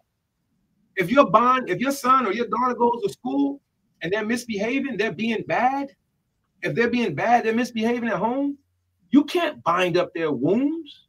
You're going to turn them into a nightmare. You can't so-called spoil them. You got to correct them. And that's what shows love. It starts with, let me look at my son. Let me look at my daughter. Let me look at my wife. Let me try to process what's going on inside of them. Let me see if I can try to contain the situation. Quality, what's the damage control. Can I do this with speech? Can I do this with paths? Or do I have to go to the next level? Yahweh, please make me a better lover, leader, protector, and provider. I'll show my picture. These are the things that we got to think. And we can't let our Yaladim let stuff pass. And you men, you suckers, you dudes that simps, you old Hebrew, cryolite, love other men's wives, Negroes. I'm not friends with y'all at all. I used to be. I'm not friends with you Hebrew suckerlites, because y'all be tearing up families. Y'all don't help the children. You don't help the families get back together. Y'all don't help the wives to stay with the husbands. And then y'all make these women twice a whore than what they were before they came into the truth. And these women listen to these dudes. And these women become twice the demon of hell and whores that they was before they knew they were Israelites. Now you were Israelite and you a whore. That's double trouble. You should have just been good. You should have just stayed with your husband. You should have just dealt with what you didn't like until the end and got your reward from Christ. You never know. Things might have changed. The apostle said, what knowest thou, O woman, if thou wilt save thy husband? You ain't supposed to leave. Shame on these wicked Negroes and these wicked. I ain't flinching an inch.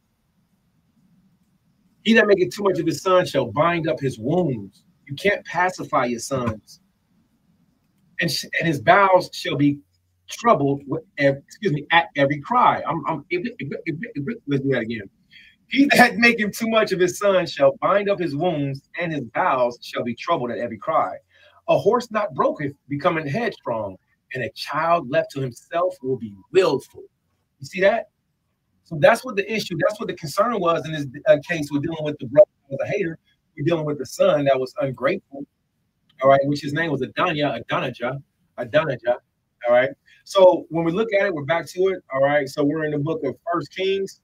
Everybody can see it right there. We're in the book of 1 Kings, chapter 1, we're in verse 6. We will be reading the entire chapter because we're in the continuation of the Torah portion reading, all right? So, and his father had not displeased him at any time in saying, why hast thou done so?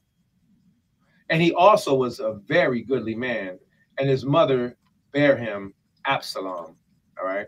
So this is what we should have do. Man, check, hey man, why are you doing that? What you doing?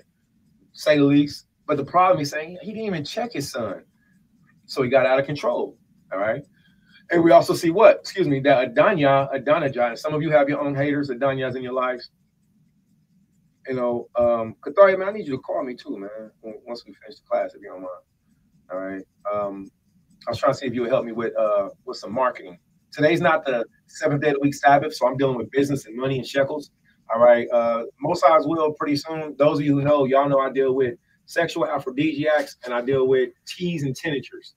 So, Katharia, if you don't mind, hit me up, man. I need you to help me with some labeling, man. We got beautiful friends and families that's rocking with us, that's helping us. And for I would say over 6 years, even in the truth, my family has been perfecting the craft and the art of making drinks, teas, juices, and other things that are beneficial for the body. All right. No punches pulled, cold with it. All right. I know that they do that over there online. They do that over there. But if you know us, you just know us. All right. So you find out more if you contact us.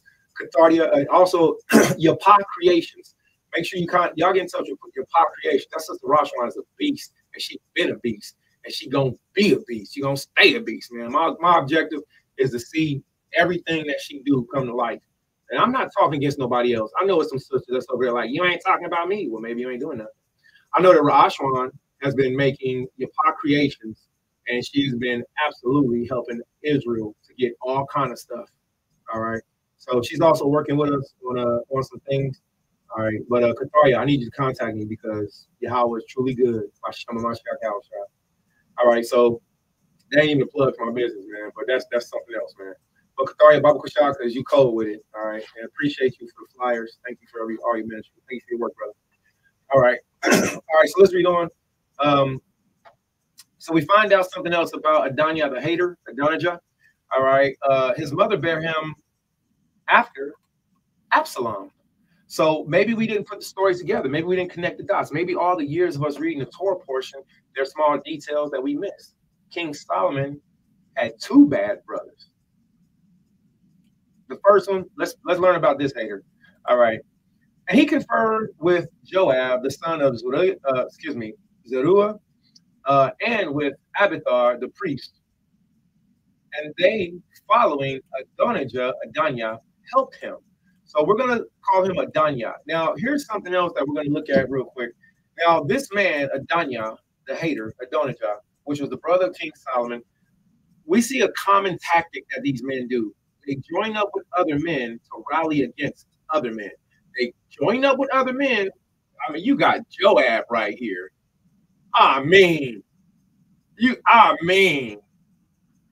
So I've seen this happen. I've been a victim of it. People don't want me to say I've been a victim. I've been a victim. All right. Oh, yeah, Negro.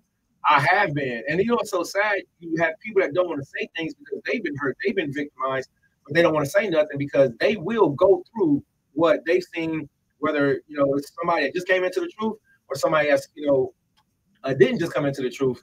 They will see them go through the same stuff. It's kind of like a person that's been, violated. They don't want to say anything because they know that the pressure will come back down on them. That's a real thing, even in Israel. So protect yourselves. Stay away from people like that. You feel me? If you notice it, if you need help, ask for help.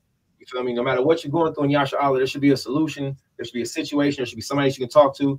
All right. Don't let, don't let, just don't let Hashatan, steal your joy, man. So stay focused, Yasha Allah. Whether it's anything from drugs to, sexual addictions to, laziness. I mean, if you can think of it, you should be able to talk about it. All right. And you should ask for help, Yasha Allah, for real. Just be circumspect who you policy with. And I would suggest don't go into a council without knowing who you counsel with first. Never counsel with a man. If you're a polygamist, don't ever counsel with a man that's not polygamist because they're going to be talking like a vagina. They're going to be talking like a kobah. They're going to be talking they're not going to talk like a mamatan. They're going to talk like a kobah. All right. If they don't have a sexual experience and life experience for being poly, don't do it because you ain't going to be counseling with them men. You're going to be counseling with their wives. You're going to be counseled with everything that their wives say and their wives behind them like this. And them Negroes going to be like, you're going to be like, dude, you sound like an unexperienced, street guy, man. So be careful who you counsel with. If you're a coward, go counsel with cowards. If you're a man of war, don't counsel with cowards. If you're a polygamist, don't counsel with monogamous men. All right, just don't. If you're a man of war, don't go counsel with a coward. All right. So, you know, be circumspect. So anything should be able to be talked about. We have these situations that happen in Yashala, such as even in the antiquity, you have this brother who was a hater of his own brother. He rallied together to get other people to take down his brother. So, but Zadok, the priest, and Benaniah, the son of Jehoiada, and Nathan, paleo pronunciation, and Nathan, the prophet, and Shimei, and Re, and the mighty men which belonged to David were not with the hater, Adonijah. And Adonijah, the hater, slew sheep and oxen and fat cattle by the stone of Zoheleth, which is by En-Rogel, and called all his brethren the king's sons, and all the men of Judah the king's servants. But Nathan the prophet, and Benaniah, and the mighty men, and Solomon his brother, he called not. Do you know what they call this today? This is called a secret council. I have blatantly experienced this to where I've had to get off of the phone and be like, hold on. Hey, man, they having a conference about you, man. Man, I just got off of the phone with that brother, man. Why you going to call X, Y, and Z? Hey, man, I don't even know, man. But the reality of it is, I just got off the phone. It was Elder Whoopty-Woo. It was Officer Whoopty-Woo. And it was so-and-so. And you need to call them right now. And then I jump right back on the conference call and be like, yo, I just talked to Whoop-Woo. He should be Whoopty-Wooing. Oh, brother, what you? Because you sitting there talking about him without him being here. This is exactly what I've not only witnessed, and when I was a part of whatever I was a part of doing, I did not and do not take other people's sides. That's called standing against the blood of your neighbor. That is a violation of TORAH. Leviticus chapter 19, KJV Blue Letter Bible.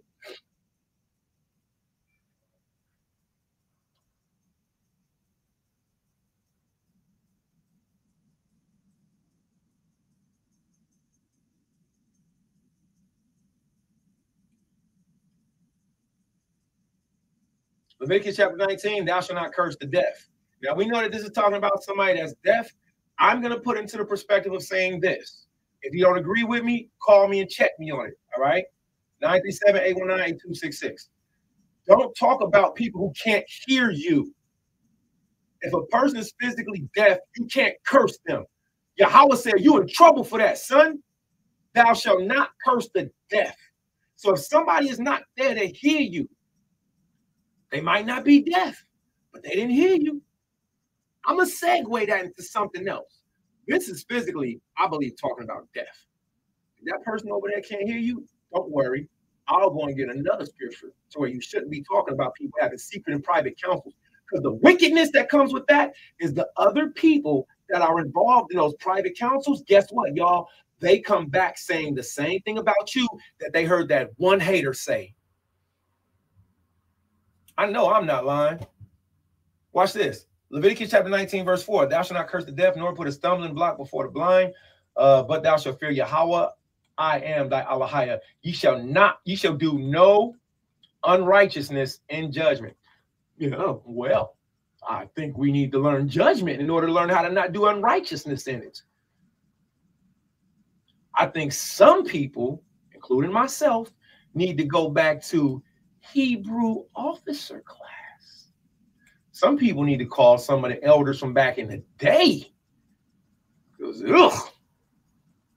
you shall do no unrighteousness in judgment. Thou shalt not respect the person of the poor, nor honor the person of the mighty, but in righteousness shall thy judge thy neighbor. Thou shalt not go up and down as a talebearer among thy people. So Adonijah is guilty not only of the same crimes that our people and communities commit today, but there will also always be victims that will be victimized. I will not call myself a victim. I don't have to live like one, but I have been victimized. Something's been stolen from me. There's been things that's been, I'm not even talking about money. I'm talking about spiritual things that were stolen from me. I can't imagine what King Solomon went through. King Solomon was a young man also. Remember, in this narrative, King Solomon wasn't an adult yet. Do you all know how young King Solomon was when he became king? When he was to be ordinated to be king? Each one of these narratives have Yaladium in it. They have children in it. Rebecca, which we'll have to look at her age. Okay. The young lady, King David, the young virgin, King Solomon. It's a lot of youth in this. It's a lot of youth in this. Maybe we should pay more attention to the children. Oh no. The specialness. Maybe we should pay attention to how Yahweh is elevated. He's raising up. Let's see. That Shulamite woman, she got a pretty good position. What y'all think? Slept next to the king, didn't have sex. She was a young lady, just keep him warm. I love you, king. You okay? Your feet warm? Snuggle up next to you. That was a pretty good position, y'all think? Rebecca, she got elevated. That was a pretty good position. 40-year-old man, young virgin, living in her father's house. King Solomon, he was a young man, became. So I'm seeing a lot of patterns here, right? But let's get back to Leviticus chapter 19. Let's deal with these Adonijah Israelites that we have around us today, because they don't go away. It's the spirit. And even the people, they let these spirits jump on them. And it's like, man, I thought you was more G than that. You must have been a sucker in the streets. I would have never hung out. I know you wouldn't have hung out with me, but I wouldn't have hung out with you either. Now, stay away from them type. That Negro will get you locked up and point the finger at you and say you did it and won't write you once you get locked up. That hater right there. Who? Adonijah? Adanya? Yeah, stay away from them. And I found out something better. I found out it's not lawful for Adonijah and for other Israelites to do that. So I was like, okay, well, I'm not going to do that. These are G codes. If we was in the streets, wouldn't you have to follow G codes? If you was in the military, wouldn't you respect the military codes? If you was a law enforcement, if you was a, so these are biblical G codes. Leviticus chapter 19, verse, I just call them G codes. That's the era I grew up in. God codes. Thus shalt thou shalt not go up and down as a talebearer among thy people, neither shalt thou stand against the blood of thy neighbor. I am Yahweh. This is one of my favorite ones because it protects you from being two-faced and from being around two-faced people. I think that's the best way for me to say it in the most layman term, because two-faced people, you know, absolutely, and I can say absolutely. This scripture helps us to be mindful of our own way of thinking, that we shouldn't stand against the blood of our neighbor, because Cathartia has a problem with that person. It's not lawful for me to have a problem with that person. Now, I praise Yahweh, I've never seen Cathartia behave like that. Matter of fact, that's how me and Cathartia met. A brother was coming to check me about something. I think he was coming to check me about one of my wives or something like that. Some weirdo stuff. Why do these Negroes like to talk to me about my wife? I need to move to the moon. Most High is something. I need to move to the moon. These suckers on the west is something else. West, you still a sucker. Loving everybody's wives. Love your own. I do. Keep loving them. Stay away. These Negroes is weird. We throw up the dub for weirdos. So that's how me and Cathartia met. There was a brother who had an issue. He wanted to ask questions, you know, and he's a good brother. You know, I don't got nothing against him, man. Stuff be weird though. So, and Cathartia, he didn't have an issue with me. Not that I know of. I know that I answered every question that this brother asked me. I remember I was sitting down at the table and I looked, I seen him come, I was like, oh, brotherhood, you know, I invited her, oh, brother. And then once I seen the spirit, I said, oh, this is set up. You didn't even sit down. You didn't even come and sit down with me. You didn't even open your Bible. You're standing in a combat stance. That brother right there, he's listening. That brother right there, he's on your side. Okay, let me give as soft as answers as possible and just try to answer every question. Get that. And from that day forward, I've never seen Cathartia stand against the blood of his neighbor. When he came to meet me, he didn't stand against the blood of his neighbor. Scripture says a brother is born in adversity. That was an adverse moment, and I have a brother born in it since then. So it's not lawful for us to stand against the blood of our neighbors. It's not lawful for you to have a problem because somebody else had a problem with somebody. If you are in a whack council, and I'm going to call your councils whack. If you're in a whack council and you hear somebody saying something about a person and they are consistently repeating the same words over and over, that person is more than likely a hater or a liar trying to make you think what they want you to think by repeating the same words over and over. So I've seen that tactic done. I've been a victim of it, and it can cause other people to start repeating what they heard that person say. These things are easy. These are easy, elementary, psychological CIA tactics. I don't even think the CIA, they'll do it, but at least they say different words. These Negroes say the same word over and over because I guess they're, I don't know. But what Adonijah did was he stood against the blood of his neighbor. He stood against the blood of his own brother. This story is no different than what you went through with your uncle, with your cousin, with your father, with your mother, with your biological so-called brothers. This story is no different than what you've experienced. So why not make it relatable?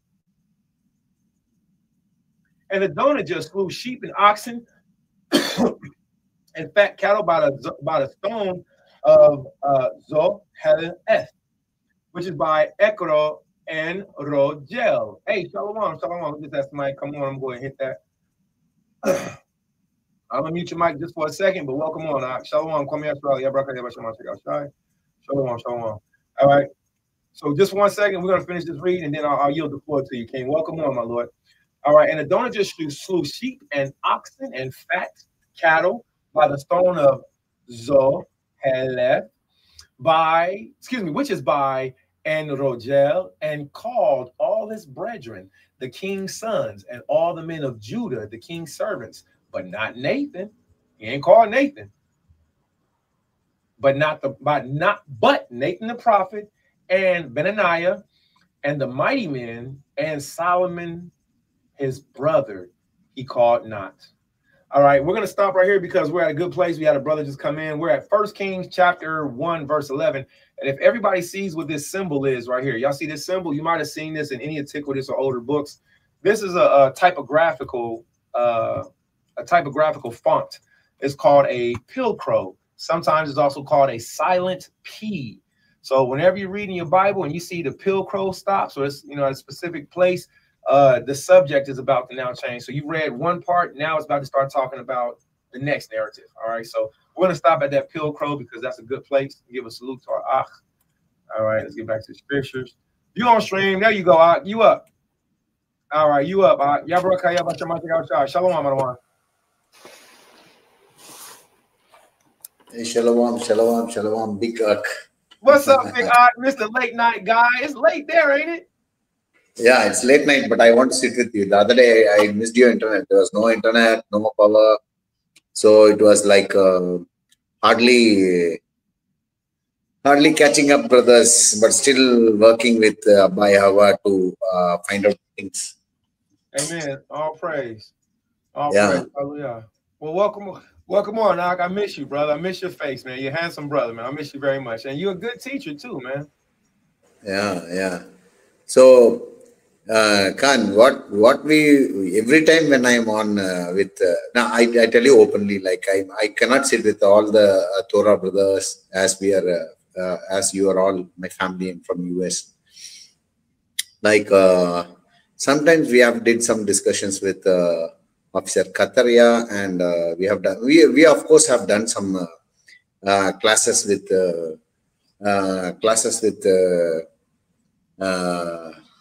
my brother Chayei Ashrala. So this is like we are acting. So when we really search for Torah or a Torah trainer or a Torah father, straightly I can tell you we got Elder Parza, and we came out because of misunderstandings and other things. And after that, there are, to tell you straight away, there are no other brothers who are keeping Newman in the whole of the East. So I am not introduced to any other brothers except for from India. We are of course praying with few of the elders. That prayers are very general prayers. Might be weekly once or twice I join those prayers for general things with Elder Kahan and Dabariala. So what I want to mention is great thing what is happening in India. India is like Manasseh is slowly awakening up. We have started to pray with the Ephraimite people, the Siddhi Swahili. What happened with Siddhi and Swahili? I like to address here, and try to thank for what I always like to have leadership above me, not below me, also above me. So I like to have a very good leadership with elders who can give us Torah, or who can give us Torah instructions, not just Torah instructions. So, and in India, as I say in India, there is no black Israelite community here. I'll tell you, there is no black Israelite community here. And there are real Israelite community people here. There are Ephraimites, Manasseh, and part of Siddhi people, the Swahili people who came into the black diaspora, and they know about. And there are no Hebrew Israelites among all these people. There are no Hebrew Israelites. Might be there are Judaism people. There are some other people. Like, it is very tough to get to be a congregation in India. It is only me. I want to tell you again and again. It's only me. It's only us. So even if any leader, even if IUIC comes, they went into the Siddhi fields. I think Elder Paraza, I salute his work for my elders. He went and visited, and already there are Roman Catholic people established their churches, and there are Seventh-day Adventists who have established their churches too. So while I'm speaking about the establishment, I am not walking into another man's establishment. I am not walking into another man's work. So why did I choose Big Ark Chayei Ashrala? Is just because he's my brother, and before coming to know Elder Paraza, I saw your traveling videos. You're doing the work of Yahweh, traveling from Ohio to other places, and with your car rides. I'm talking about in 2020 or something like that, those videos when I was about to join Elder Paraza. Before that, I first moved into Master Ashrala. I was attracted to the Torah teachings and the New Moon teachings and other things, brought into Yahweh and awakened. And what I thought is, okay, it's Master Ashrala, everything is all together, so let us come together and join here. After joining, I come to understand Master Ashrala is split into two. It has become Master and Banya Ashrala. And then after getting closer, I thought, okay, if Master Ashrala, I got Chayei Ashrala here, we can all be together, we can meet with everyone, we can teach with everyone, everything is together. That's what I came to believe when I came into Master Ashrala first. And after that, I came to understand the splits and the things that happened among the leadership and other things. And Banya Ashrala came up, and I salute and I respect all my elders' works. So, of course, it's my nation and things. So, after getting this Torah teaching, I didn't come into Yahweh after Elder Paraza gave me teachings. No, it is not like that. I came and I understood Yahweh's things, and I started doing Shabbat and keeping the Passover things and doing other things in India with my congregation. Slowly got all these people into Yahweh's teachings, and lots of hard work. I can't explain all my hard works. I did the work for Yahweh, not for man. So what I want to mention is, like when we are reading the life of Sarah and life of Abraham, my family, my mom, my dad, my brother, and all my family, and a few of my believers, they all came into this truth. Yahweh given people came into this truth, and we visited many people, and we invested in our congregation. We went and reached the cities. We went and reached the Manasseh, who are somewhere around 4,500 kilometers away from us. So this is not easy. We have appointed officers over there where real true fight is going on there in India. See, for example, the places where Manasseh is that even Christian churches are burnt. I'll tell you very properly, 250 churches are burnt in a state where we are going to visit Manasseh. Okay, it is not very easy work. It is just like another America here. So when you go into the India and Northeast, so all these things are here. We are struggling, and we are having officers, and we are working truthfully for Bashem Yamashiach Mashiach and bringing up the Torah truth in India. If we are losing some eldership, if we are losing some leadership, it all means from heart to me. It doesn't goes away like that in a talk. It takes lots of things to come and reach Master Ashrala and leadership. No, basically walking in finding IUIC and finding other things. When they went to Siddhi, they converted the houses, went to Hindu homes. They did all sorts of things. They made videos, they put it on the YouTube, they made it fashion way, and finally they got the case. And now no Yasharala is, no elder or no any other nation can get into the Siddhi people. This is what they did. They came to India, they did this. I will witness it and I will do a video and put it up in the post in India. Okay, I'm not afraid. I'm not afraid of IUIC. I'm not afraid of Master Ashrala. I'm not afraid of Banya Ashrala. This is what the leadership and eldership they do when you come to India. So that's what I'm telling. We are not players. We are defenders of the souls in India for TORAH. We are defending, putting our lives before and defending our people. So we don't want show people who are coming out here yearly once, establishing something, doing something, making up a case and going back. Right. So I'm not talking against my nation, but still, when we are working here in the field, for example, if you are working in Ohio, I should not be a disturbance to you walking into Ohio and doing things.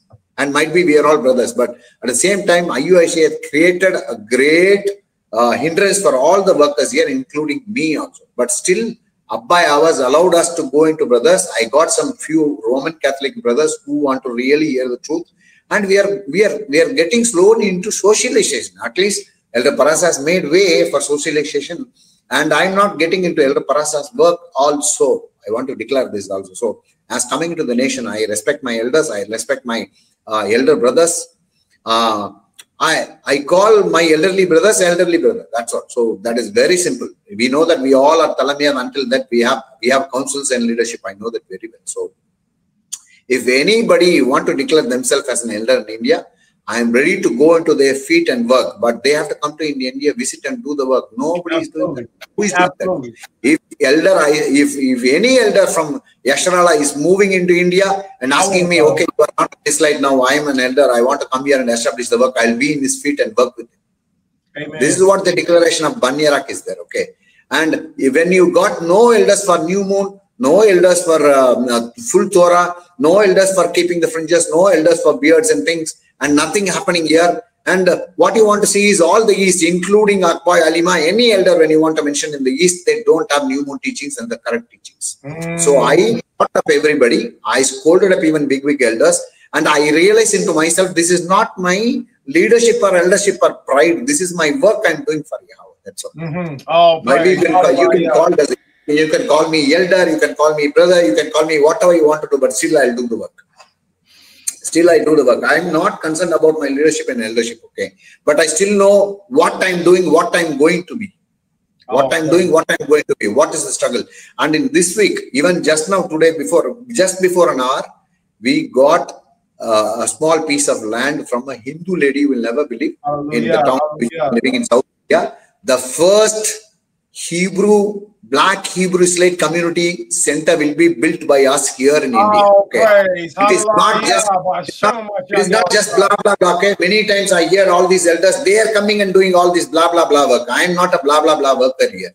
I'm a serious person for TORAH, serious building person, and doing the works of Hamashiach, Bashram Hamashiach. Let all praises go to Abba Yahweh. So even if it is night time and we are doing this YouTube, always I sit with my elder and share the YouTubers. I'm not going into any other YouTube channel and speaking everything. Okay, this is what we want to do. Is we want to bring back the ancient truths, ancient prayers, ancient way of systems, which we learned from Bani Ashrala, Master Ashrala, into the present working of redeemers, official things which is appointed by Yahweh. And I got an elder. I got elder, I'll tell you. There is no elders above me. There are elders who call them elders who want to show up, make 1 or 2 videos and play all the whole year, 2 year, 3 year, 4 year, and leave back all the Yasharala, do nothing in India and claim yourself to be elder and defending the souls here. Who is defending souls in India here now? I want to be very, very clear. I want to be very, very clear. If you want to come really and work something in Yasharala, in Ephraimites, in Manasseh, in Siddhi people, in us, with all the family, with the congregation, with the first congregation here in India, you are all welcome to come and take my elder position. All ready to come and take my place also. So this is what I am telling. I have been in this truth from all 10 years. I am doing Passovers. Before coming and reaching Elder Parasa, I have did my Passover. Okay, so before coming and reaching Master Ashrala, I have done my Passover. So I'm not afraid of anybody else. I'm not afraid of this Hindu nation, which is filled with my, even in the streets, you can't go and speak in the streets of India. I go and preach. I do the Facebook Live. Even IUIC is put behind, IUIC has been hindered. They should not come into cities again. There is a case running on. But I go to the place, visit with my family, they accept me because I speak their language here. They are my own people. So the people have to understand, okay, even with the Manasseh, 250 churches are burnt, Elder. We are having offices and working in those fields now. Those Christians are asking what is happening, why they are burning the churches. We have answers. Yasharala is the answer. They themselves are telling we are Manasseh. We have to go and teach. All are into Judaism. Either they are converted into Christianity or into Judaism. When the real truth comes up, everybody will turn and get their answers. That's what we are doing here in India now. That's right. Now, what I want to come and tell is the life of Sarah. When we are reading about the life of Sarah, life of Abraham, I think faith life is very, very, very, very important. Struggling is there. Until death, it is there. The world is not fit for us. Right. If it's hating, it is waiting. If it's hating us, it hates Hamashiach. And when I come into leadership, I always give double honors to my nation leaders. At the same time, when we are speaking about, I'm speaking about from my spirit, okay. I will never leave any other person to come into here and play all foolishness and take some photos and make videos and go away. No. They will come and speak against any nation, any people, whether it's IUIC, whether it's Master Ashrala, whether it's Sikari, any elders. I am not lesser than any man here in India. So what I want to tell is everyone has their own field to work. Even we got elders from Philippines, we got family from Australia, we got some other places like Bangalore, like Sikkim, all these places here working. Even from Africa, the longest Uganda, we have elders now. I'll tell you, they are all keeping Shabbat. They are all learning Torah now. I don't have enough financial system to go and visit them and bring them all up, okay? It is like, that is why I proclaim to be the Eastern Diaspora leader. I'm just telling you, Talamiyat, but still, there are no other people who is doing this in all heartfulness, in all truthfulness for Yahweh. Basham Yahweh Mashiach, all praises be to Most High Yahweh. So, when we claim, even I find some of our elders who are working with the Eastern Diaspora in Africa, they want to join us. Whenever whoever elders are, whoever the people are coming, you don't want to come in and peep in and take the people and who are all the things, what is happening inside. Nothing you will do here. Right. Any elder, any person in this nation, you have nothing to do in India. We are appointed, we are doing it here. If you want to do truly, come back to India, behave as an elder, I'll be in your feet. I'll be in your feet. If anybody is not coming here, not doing the work, then there is nothing to speak against me or the person who is supporting me. My brother, my ark, you're telling, okay, it is online, you don't speak like Zakan or something. I understand who is supporting me, who is awakening my spirit, who is putting me up, who is bringing my spirit down. I understand all these things.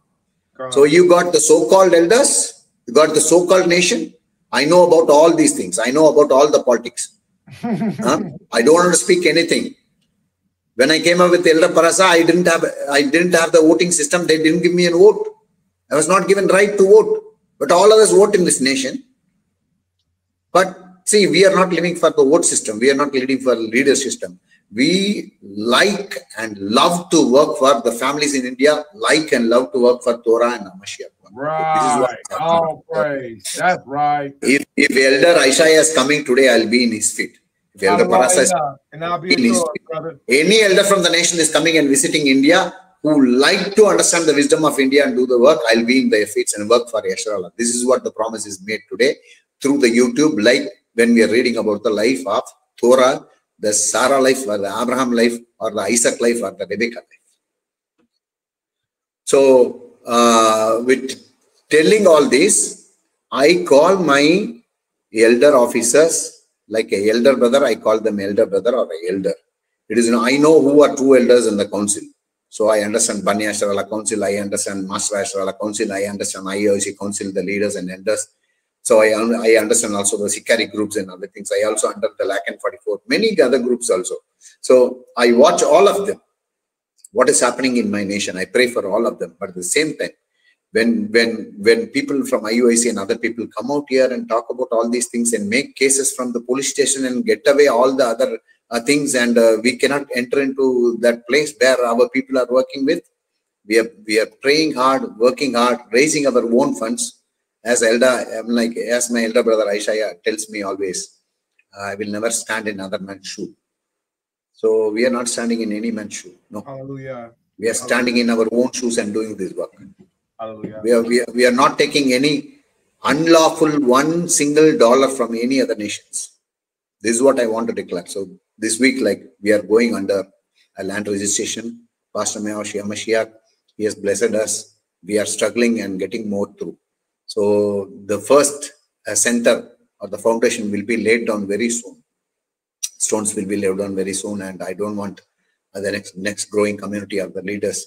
We need place to come and do Shabbat, to do Passovers, to keep all other feasts. When we are living in the rental houses and Christian houses, it's very hard. I'm telling you, it's very hard, very, very hard. The Christian people, they are saying it's very hard. So with all the life struggles, we are standing for Bashem Mashiach and doing the work with all truthfulness for Torah and other things. So if somebody wants to come and claim with the brothers or with our nation and work, anybody is invited who want to do the work with us. Anybody from the nation is invited. But we have the truth according to new moon. We walk from the new moon. We walk in our elders' ways, ancient prayers. We got full fringes under the knees. And we walk as Israel, as families with the children and the things. So what in conclusion, let me come to a conclusion. In conclusion, Lavia Banyarak wants to declare that Eastern community, Yasharala, is being awakened and we are doing the work.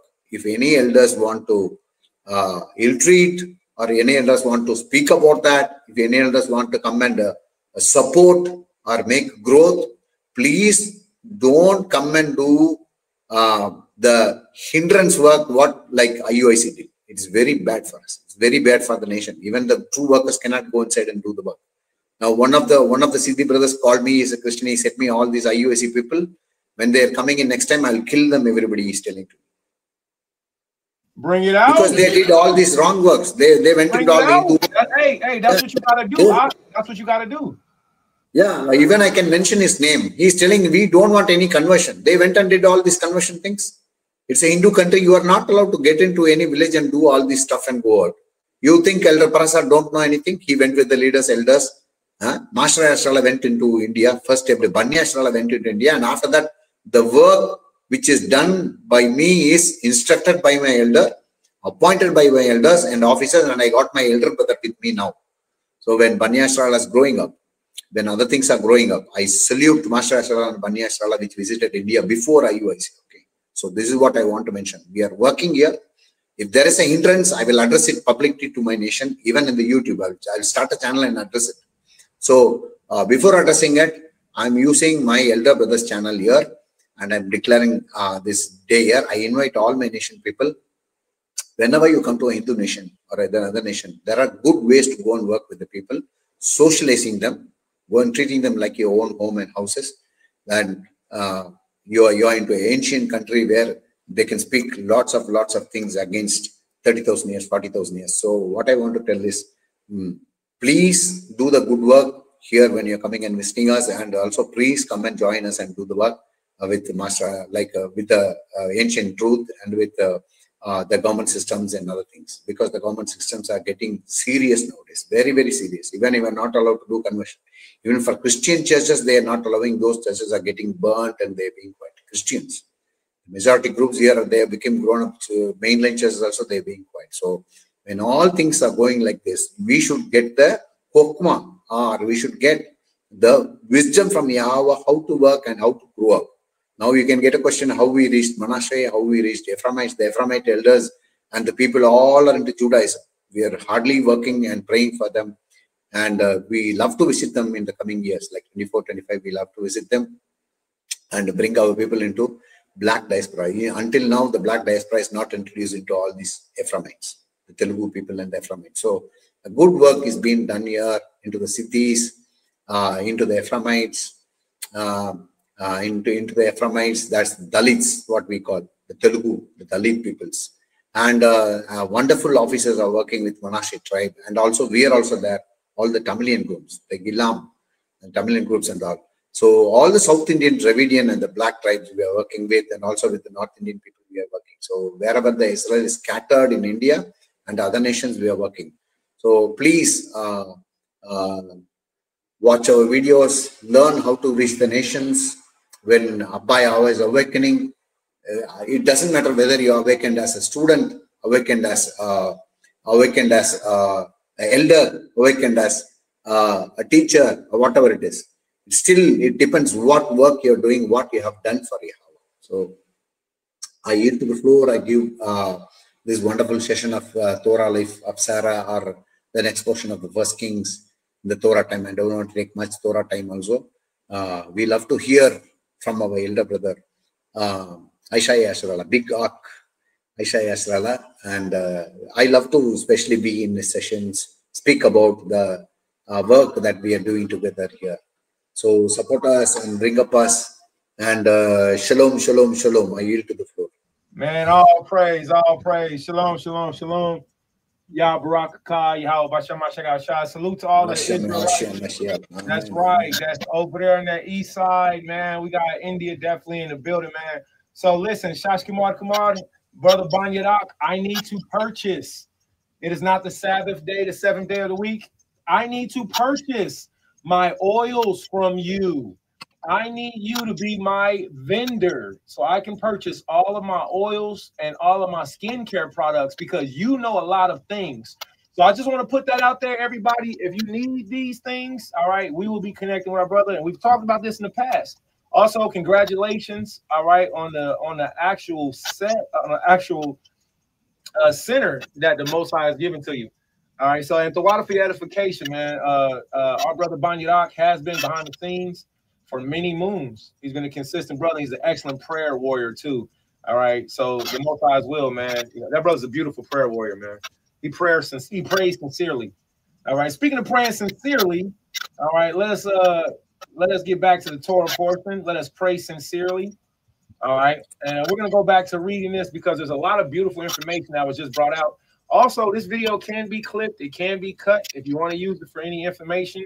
I encourage y'all to take the part that Banyadak put up there, clip it and post it.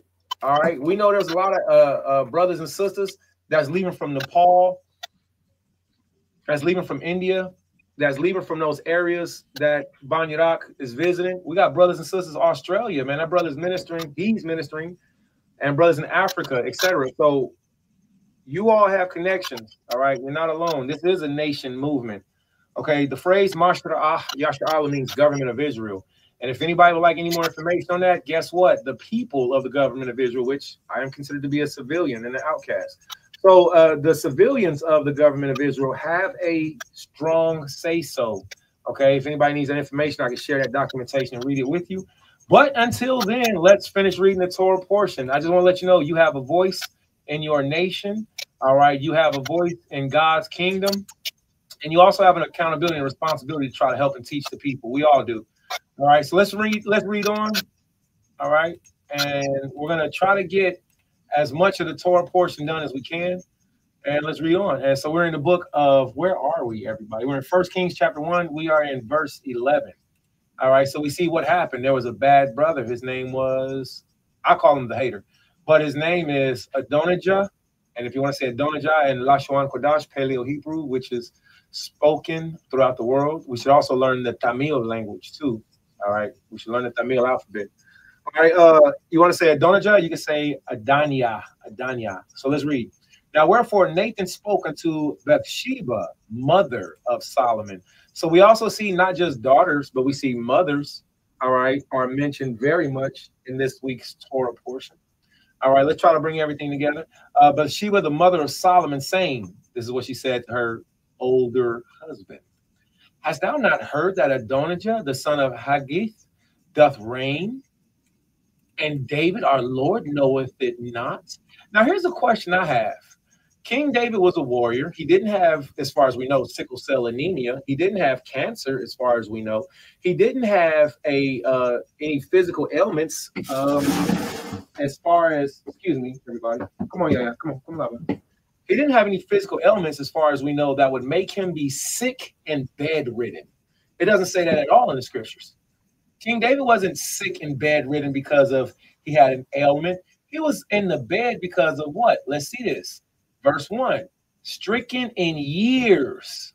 So I don't know how old King David was at this time, but guess what I do know? I do know that his wife must have been younger than him.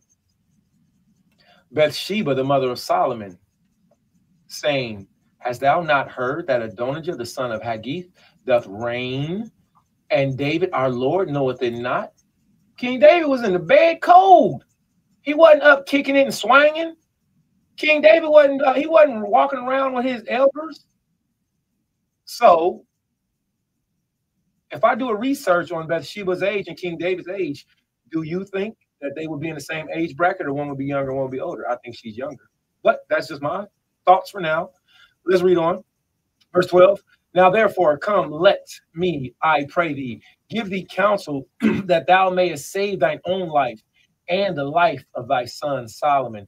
Go and get thee unto David. Excuse me.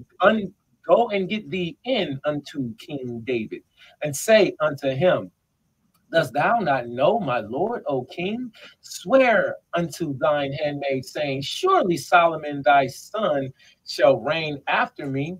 And he said, sit upon my throne. Why then doth Adonijah the hater reign? She didn't say the hater. The scripture says to add not to nor take away from. So let's not add to or take away from the word. Deuteronomy chapter 4 and Revelation chapter 22. So, and we're not going to read paraphrased, so I'm not going to do that. All right. So let's read. And he said, sit upon my throne. Then she says, this is still what she's saying. Why then doth Adonijah reign? So she repeats King David's words back to King David. All right. She repeated King David's words. Did thou not, my lord and O king, swear? She didn't walk in the room and say, hey, you guy. Hey, you, my baby daddy. She didn't say, hey, you, just a man. So she walked in and gave respect first. And that's something for you women to take into consideration. Do you respect your husband when you ask him for? Do you honor your father, your lord, your Adawan, your husband when you leave the house? When you go to work, when you pick up the kids, when you go to the grocery store, when men and maintenance men and technicians and delivery men come into your homes, do you communicate and show respect to your husbands? That's a very important thing. This woman said, this thou, my lord, O king. And somebody might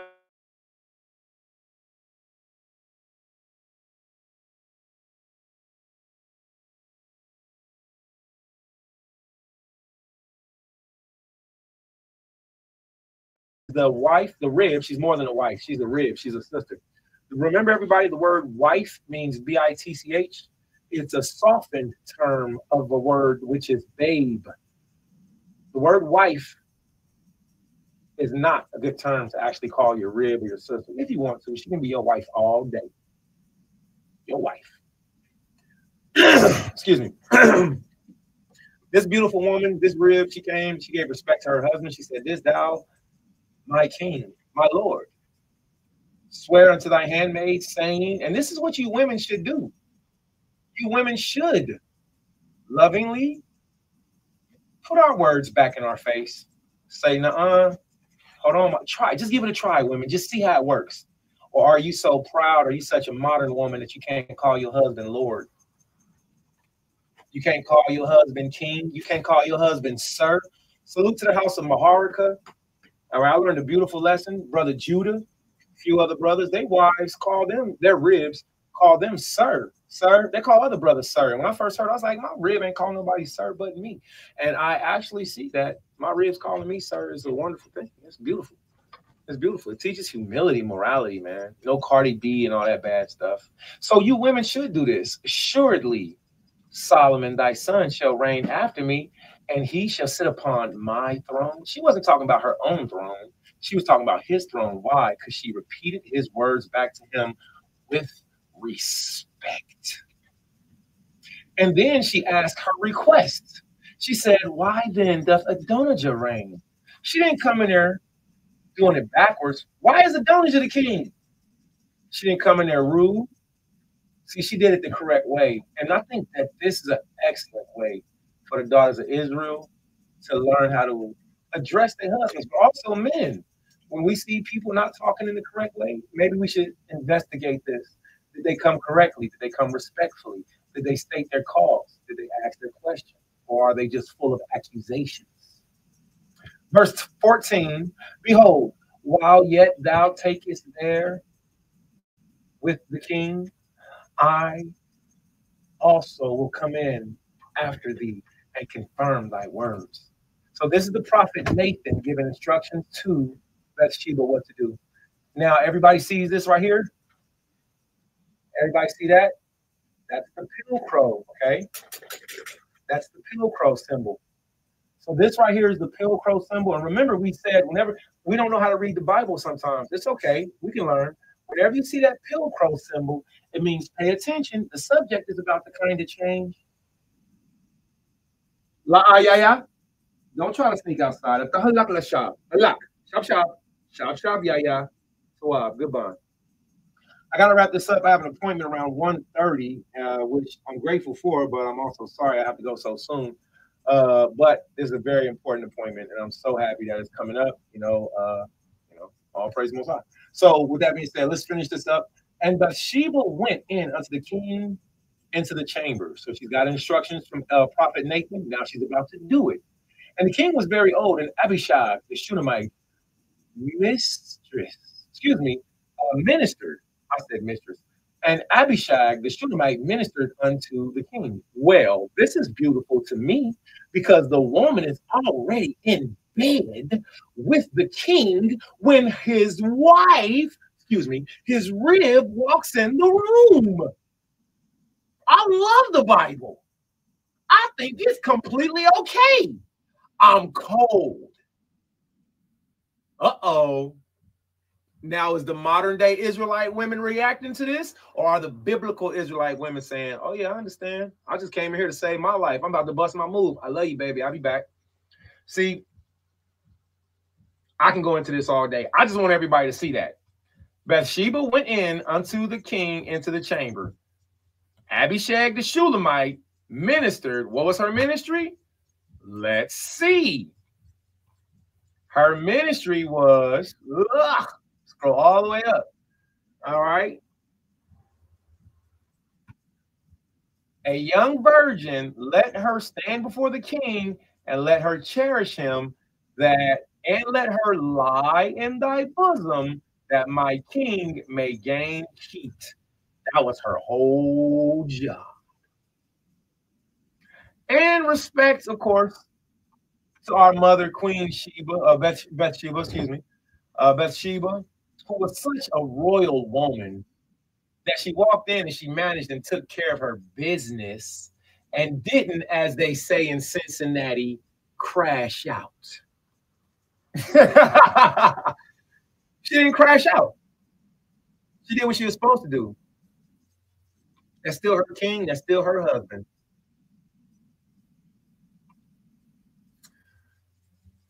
Verse 15, and Bathsheba went in. I salute my ribs, man. I salute my sisters. The ones that's not even my ribs, that behave good. Yeah, they might misbehave behind the scene. They still sisters.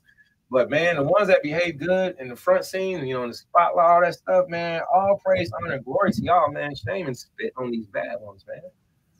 Did not the Most High say, if a father spit in his daughter's face, would she not be ashamed and shut up 7 days? Shut up. Shame and spit in their face. Y'all thought this Bible was a joke. It's not. People are afraid to speak it and institute it as it is. Man, I love a righteous, virtuous woman, man. All praise. And there's some good examples in Yasharala. I got to finish this up. All praise. And Bathsheba went up into the king, into the chamber, and the king was very old. And Abishag the Shunammite ministered unto the king, and Bathsheba bowed and did obeisance unto the king. And the king said, what is thou? I should start saying that to people. I'm going to start, hey, check this out. I'm going to learn this phrase, and I'm going to start saying it in Paleo Hebrew, and I'm going to start pronouncing that to people. What is thou? That's a good one. All right. What is thou? And she said unto him, my lord, thou swearest by Yahweh, by Allahiyah, unto thine handmaid, saying, Truly Solomon thy son shall reign after me, and he shall sit upon my throne. And now behold, Adonijah reigneth, and now, my Lord and King, thou knowest it not? And he has slain oxen and fat cattle and sheep in abundance, that has called the sons of the king, Abiathar, and the priest, Abiathar, the priest, and Joab, the captain of the host, and Solomon, his servant. Has he called not? Has he not called? He didn't call, but thy servant Solomon hath he not called. Y'all remember yesterday we was going over the Torah portion, I said a wife is a servant, a daughter is a servant, a son is a servant. Remember, I said Abraham's two servants went up with him. One of his servants was his son was Ishmael. I love my servants. And thou, my Lord, my King, thine eyes, the eyes of all Yasharallah are upon thee, that thou shouldest tell them who shall sit on thy throne. Excuse me, sit on the throne of my Lord, the King, after him. Otherwise, it shall come to pass when the Lord thy King shall sleep with his fathers. She didn't say, when you die, when thy sleep with thy fathers, that I and my son Solomon shall become his defenders. Yeah, he gonna become the king. My mama really didn't like your mama like that. You actually came in afterwards. That ain't my brother. That ain't my real brother. Well, technically, we not really brothers. Y'all have no idea how bad it would hurt to hear that. Some of you have heard it. This is the mother trying to keep her son safe from the brother who doesn't like him. All praise the Most High. And lo, while she yet talked with the king, Nathan the prophet also came in. Remember, everybody, they had this plan. Nathan set this up. And they told the king, saying, Behold, Nathan the prophet. And when he came in before the king, he bowed himself before the king to his face to the ground.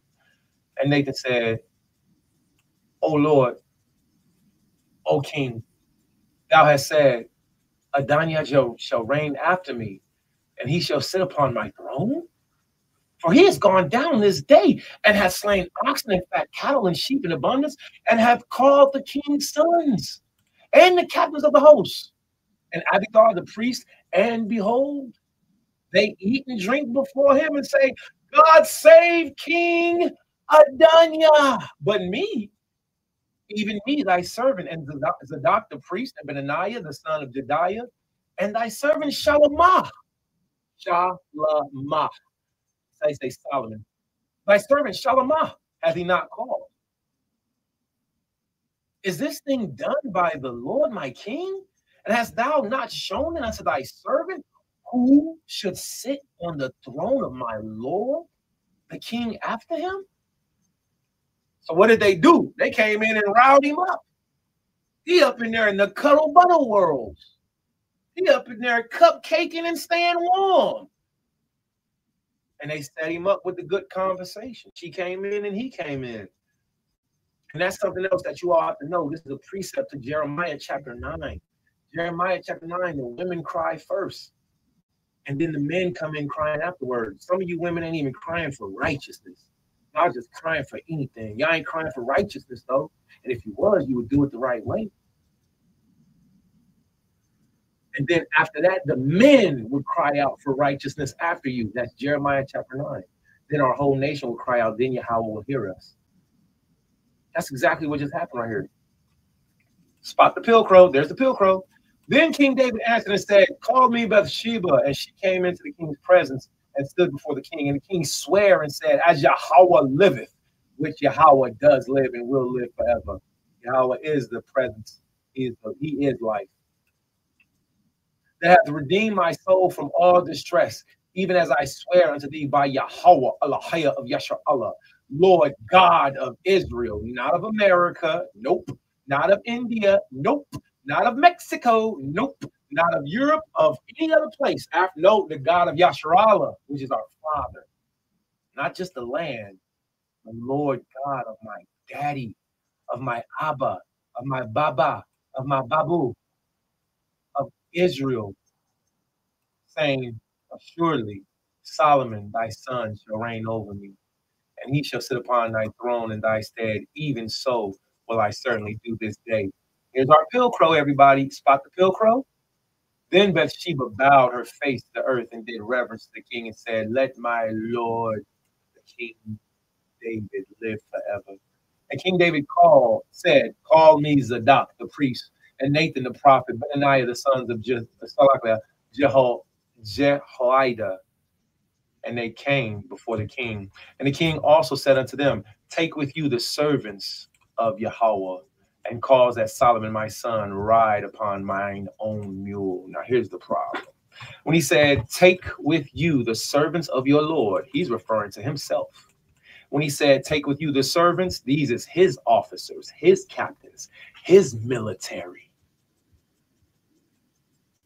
And cause Solomon to ride, my son, to ride upon mine own mule, and bring him down to Gihon. I'm going to have to get in touch with our brother Freedom. All right. Our brother Free is very familiar. Our brother Free, y'all know him by different names. I know him by Free. Hey, Free. I'm about to get in touch with our brother Freedom and ask him to teach me about Gihon. He is known as being the student of the Hebrew Indiana Jones, which is Elder Ameria Hoshua. Okay.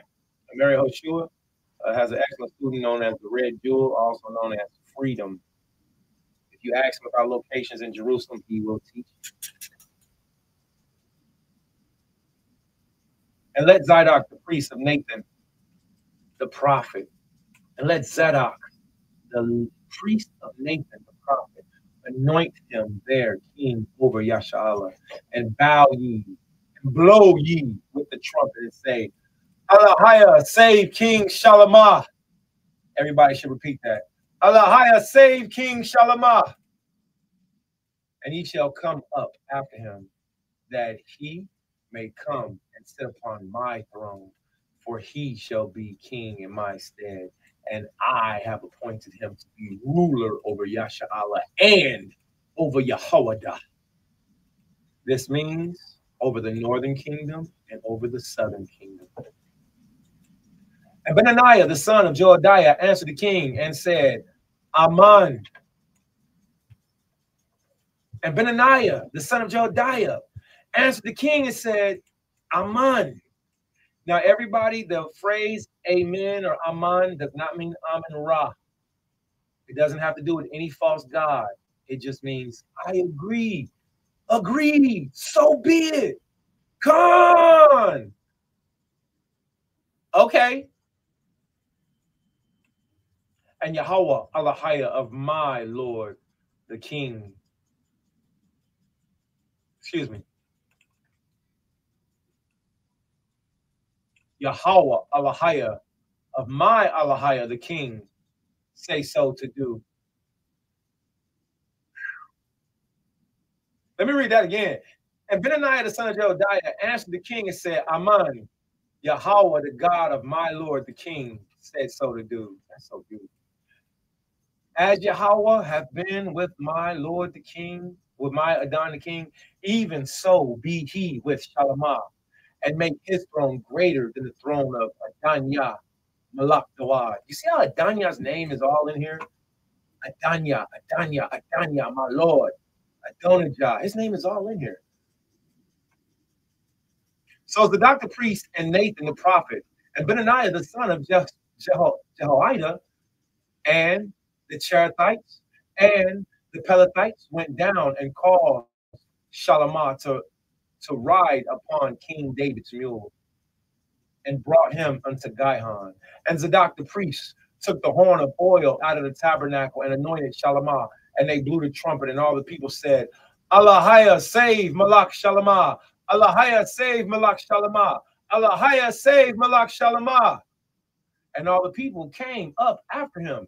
And all the people piped with pipes and rejoiced with great joy, so that the earth rent with the sound of them. And Adonijah, Adanya, and all the guests that were with them heard it, as they had heard it, as they had made an end of eating. Oh man, that's a terrible time to hear that. Y'all just now finishing. Guess what that tells me? That tells me that the Lord isn't over with you. The Lord isn't over with what he's doing with you. Let them feast about you. Let them make it seem like you're a carcass. The Lord isn't done. Wait till the trumpets blow, and then it will be shown in the end. Salvation comes in the end, Yasharallah.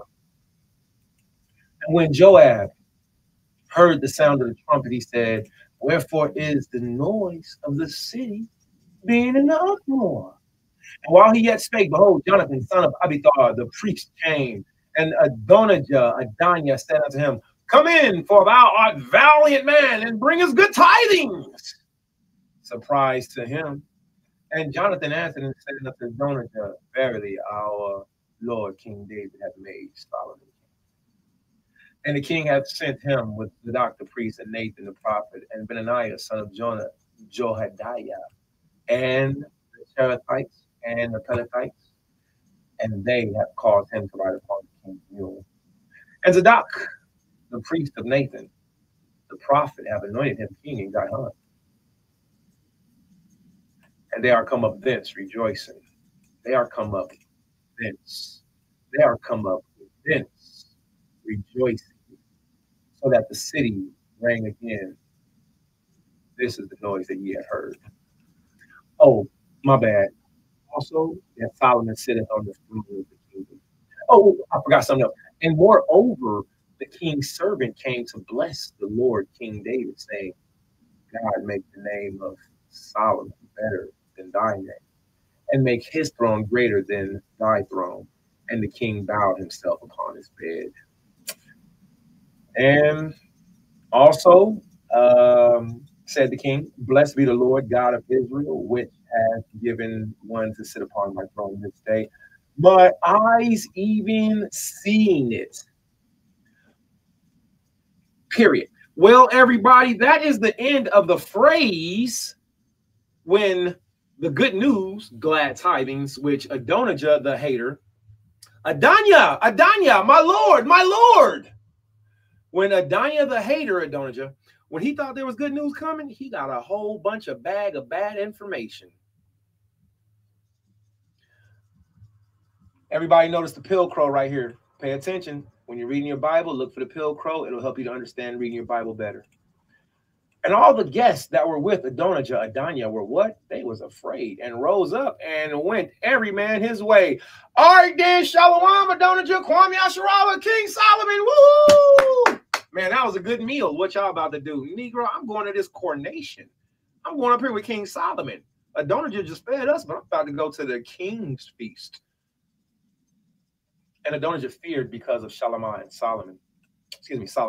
and arose and went and caught hold of the horns of the altar. And it was told, saying, behold, Adonijah feared King Solomon, for lo, he hath caught hold of the horns of the altar, saying, let King swear unto me. Ooh.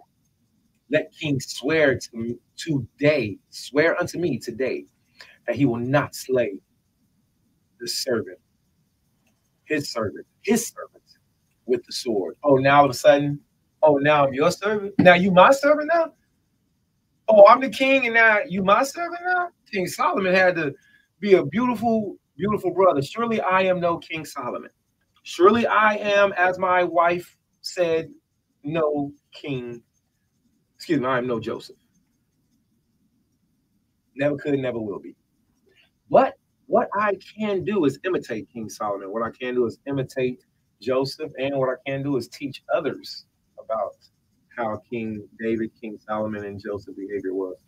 Solomon had to be extremely polished in this situation.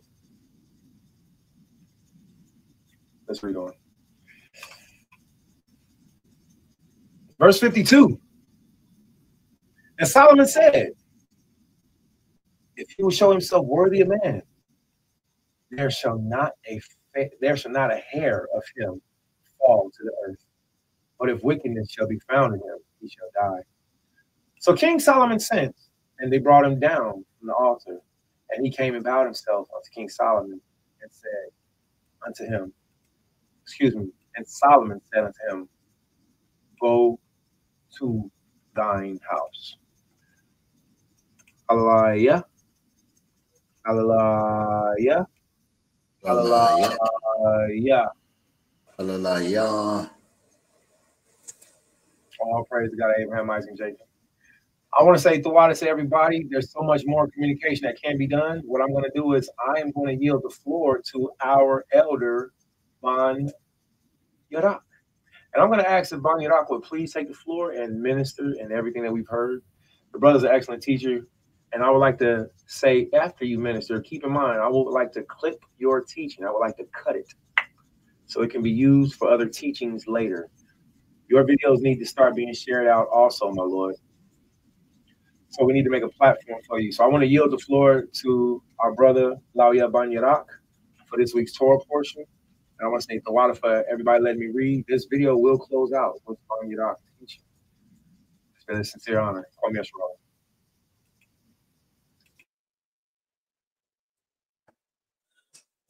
So again, back to the floor here. Shalom, shalom from a nation. So what is new when understanding the truth? What I understood when coming from a Christian background or from a Bible student or like a Jehovah's Witness, or whatever the Christianity form that you are into. When you understand you are an Israelite and you have to understand the way when you follow the Torah and Yahweh and Bashem, Yahweh, Mashiach, and trying to understand the Kokma by the power of Yashrala eldership. I came into this king's teaching with the covenant which has been made with King David. I understood Hamashiach, Lord, was my high priest. And end of the days, from the teachings of Master Yashrala, Banya Yashrala, and from the Yashrala elders, we understood King David is going to come again.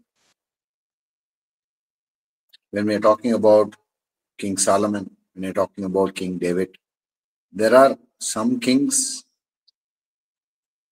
with the house of Israel, the house of David, where the covenant lies forever, where Christ, Bashem, Hamashiach, the rulership of Hamashiach comes into play, and we become the kings and priests of Yasharal, the elite, the one-third. So we have the high priest. As per general understanding, general Christian understanding, they understand that, okay, Christ is the king who's going to come and rule. No, Christ is a high priest. King David is going to come again and rule all Israel. I believe personally, kingship is there again in the rule under Hamashiach, in the kingdom of Yahweh, Bashem, Mashiach. So, when first time when we read from the Torah and we understand the kingship is going to come back again, it made my spirit so happy, because being a pastor or being any Christian background, reading the Bible for all 30 years, going into all kind of Christian teaching, that doesn't bring to clear understanding. But when you become a Yasharala and going and hearing to the Kokma of the elders, you completely understand what kingship is. So either when you become an Yasharala, you become a king or a priest. That's what our calling is. Either you be a king in Yasharala, or you be a priest in Yasharala, or you be a Lavya like me in Yasharala. So when we're reading about the first kings, I especially understand the appointments of Yahweh by the kings. So Yahweh has appointed Hamashiach, Bashem, Mashiach, Yawashi. And Yawashi has appointed the king and the covenant from the house of David, that is like David's kingship. And from there, they try to raise another leadership. There is no another leadership appointed by the kings and appointed by the priests. King David's leadership is there. So it's so nice to come back up here and here and tell again about the kingship of the coming kingdom. The coming kingdom of Yasharala, trying to understand King David's comeback So David is going to come back in Christ's, in Yahweh's kingdom. In Yahweh's high priest rule. King David is going to be as a king forever again in the coming kingdom, or to tell again, in the new heavens and the new earth. So when I became an Israelite, I understood this truth of the kingship and the anointing which depends upon the prophets and the Zadok, Lavia, the priest, and the Levites, and the kingship, and the singers and everything, whatever is there. So when I share this today here from the First Kings, I understand the anointing comes and falls upon you. The anointing, the call, the responsibility, the work that we have to do falls upon you. What kind of work that you are called into Yeshua to do, whether you are called to be as a Lavia, or whether you are called to be like Zadok, or whether you are called to be like a king, Malak Dawat, and are we called to be like Salama, like King Solomon. So it is all Yahweh's will, and in his kingdom, his will happen. Let thy kingdom come, thy will be done. So again, I give this video back to my elder. I yield to the floor. The Torah portion brings a greater understanding from Malak, Dawad, King David. Shalom, shalom. I yield to the floor.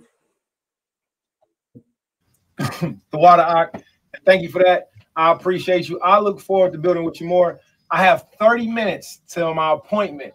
All right. So I love everybody. Banyadak, man, thank you. You really helped to build on my spirit. TORAH, everybody else that's rocking. Please make sure y'all share this out.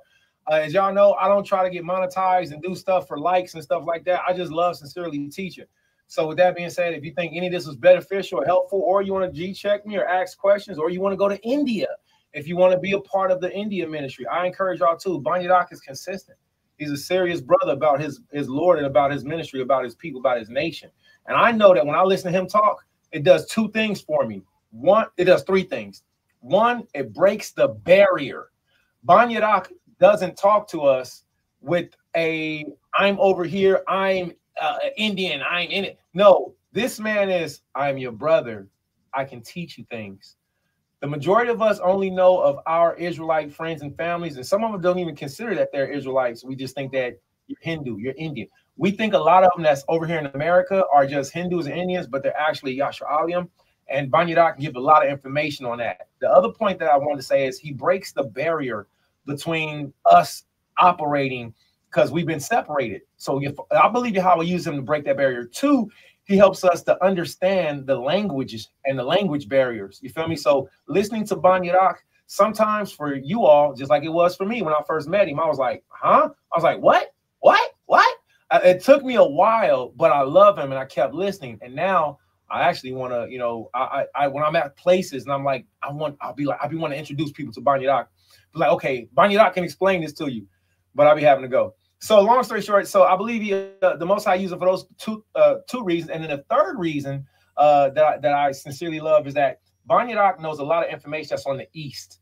We don't know nothing about Lemuria. We don't know nothing about Atlantis. We don't know nothing about the plants over there. We don't know about the Bantu people. We don't know nothing about the land. But guess what? Yahweh put an agent over there in the East. So I want to encourage everybody, if you want to do business, contact Banyadak.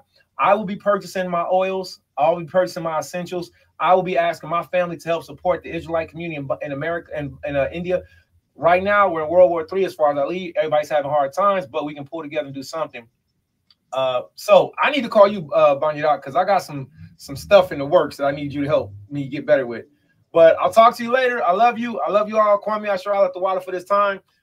Shalom. Kwame Asherallah. Kwame Asherallah. That part. Kwame Asherallah. Kwame Asherallah.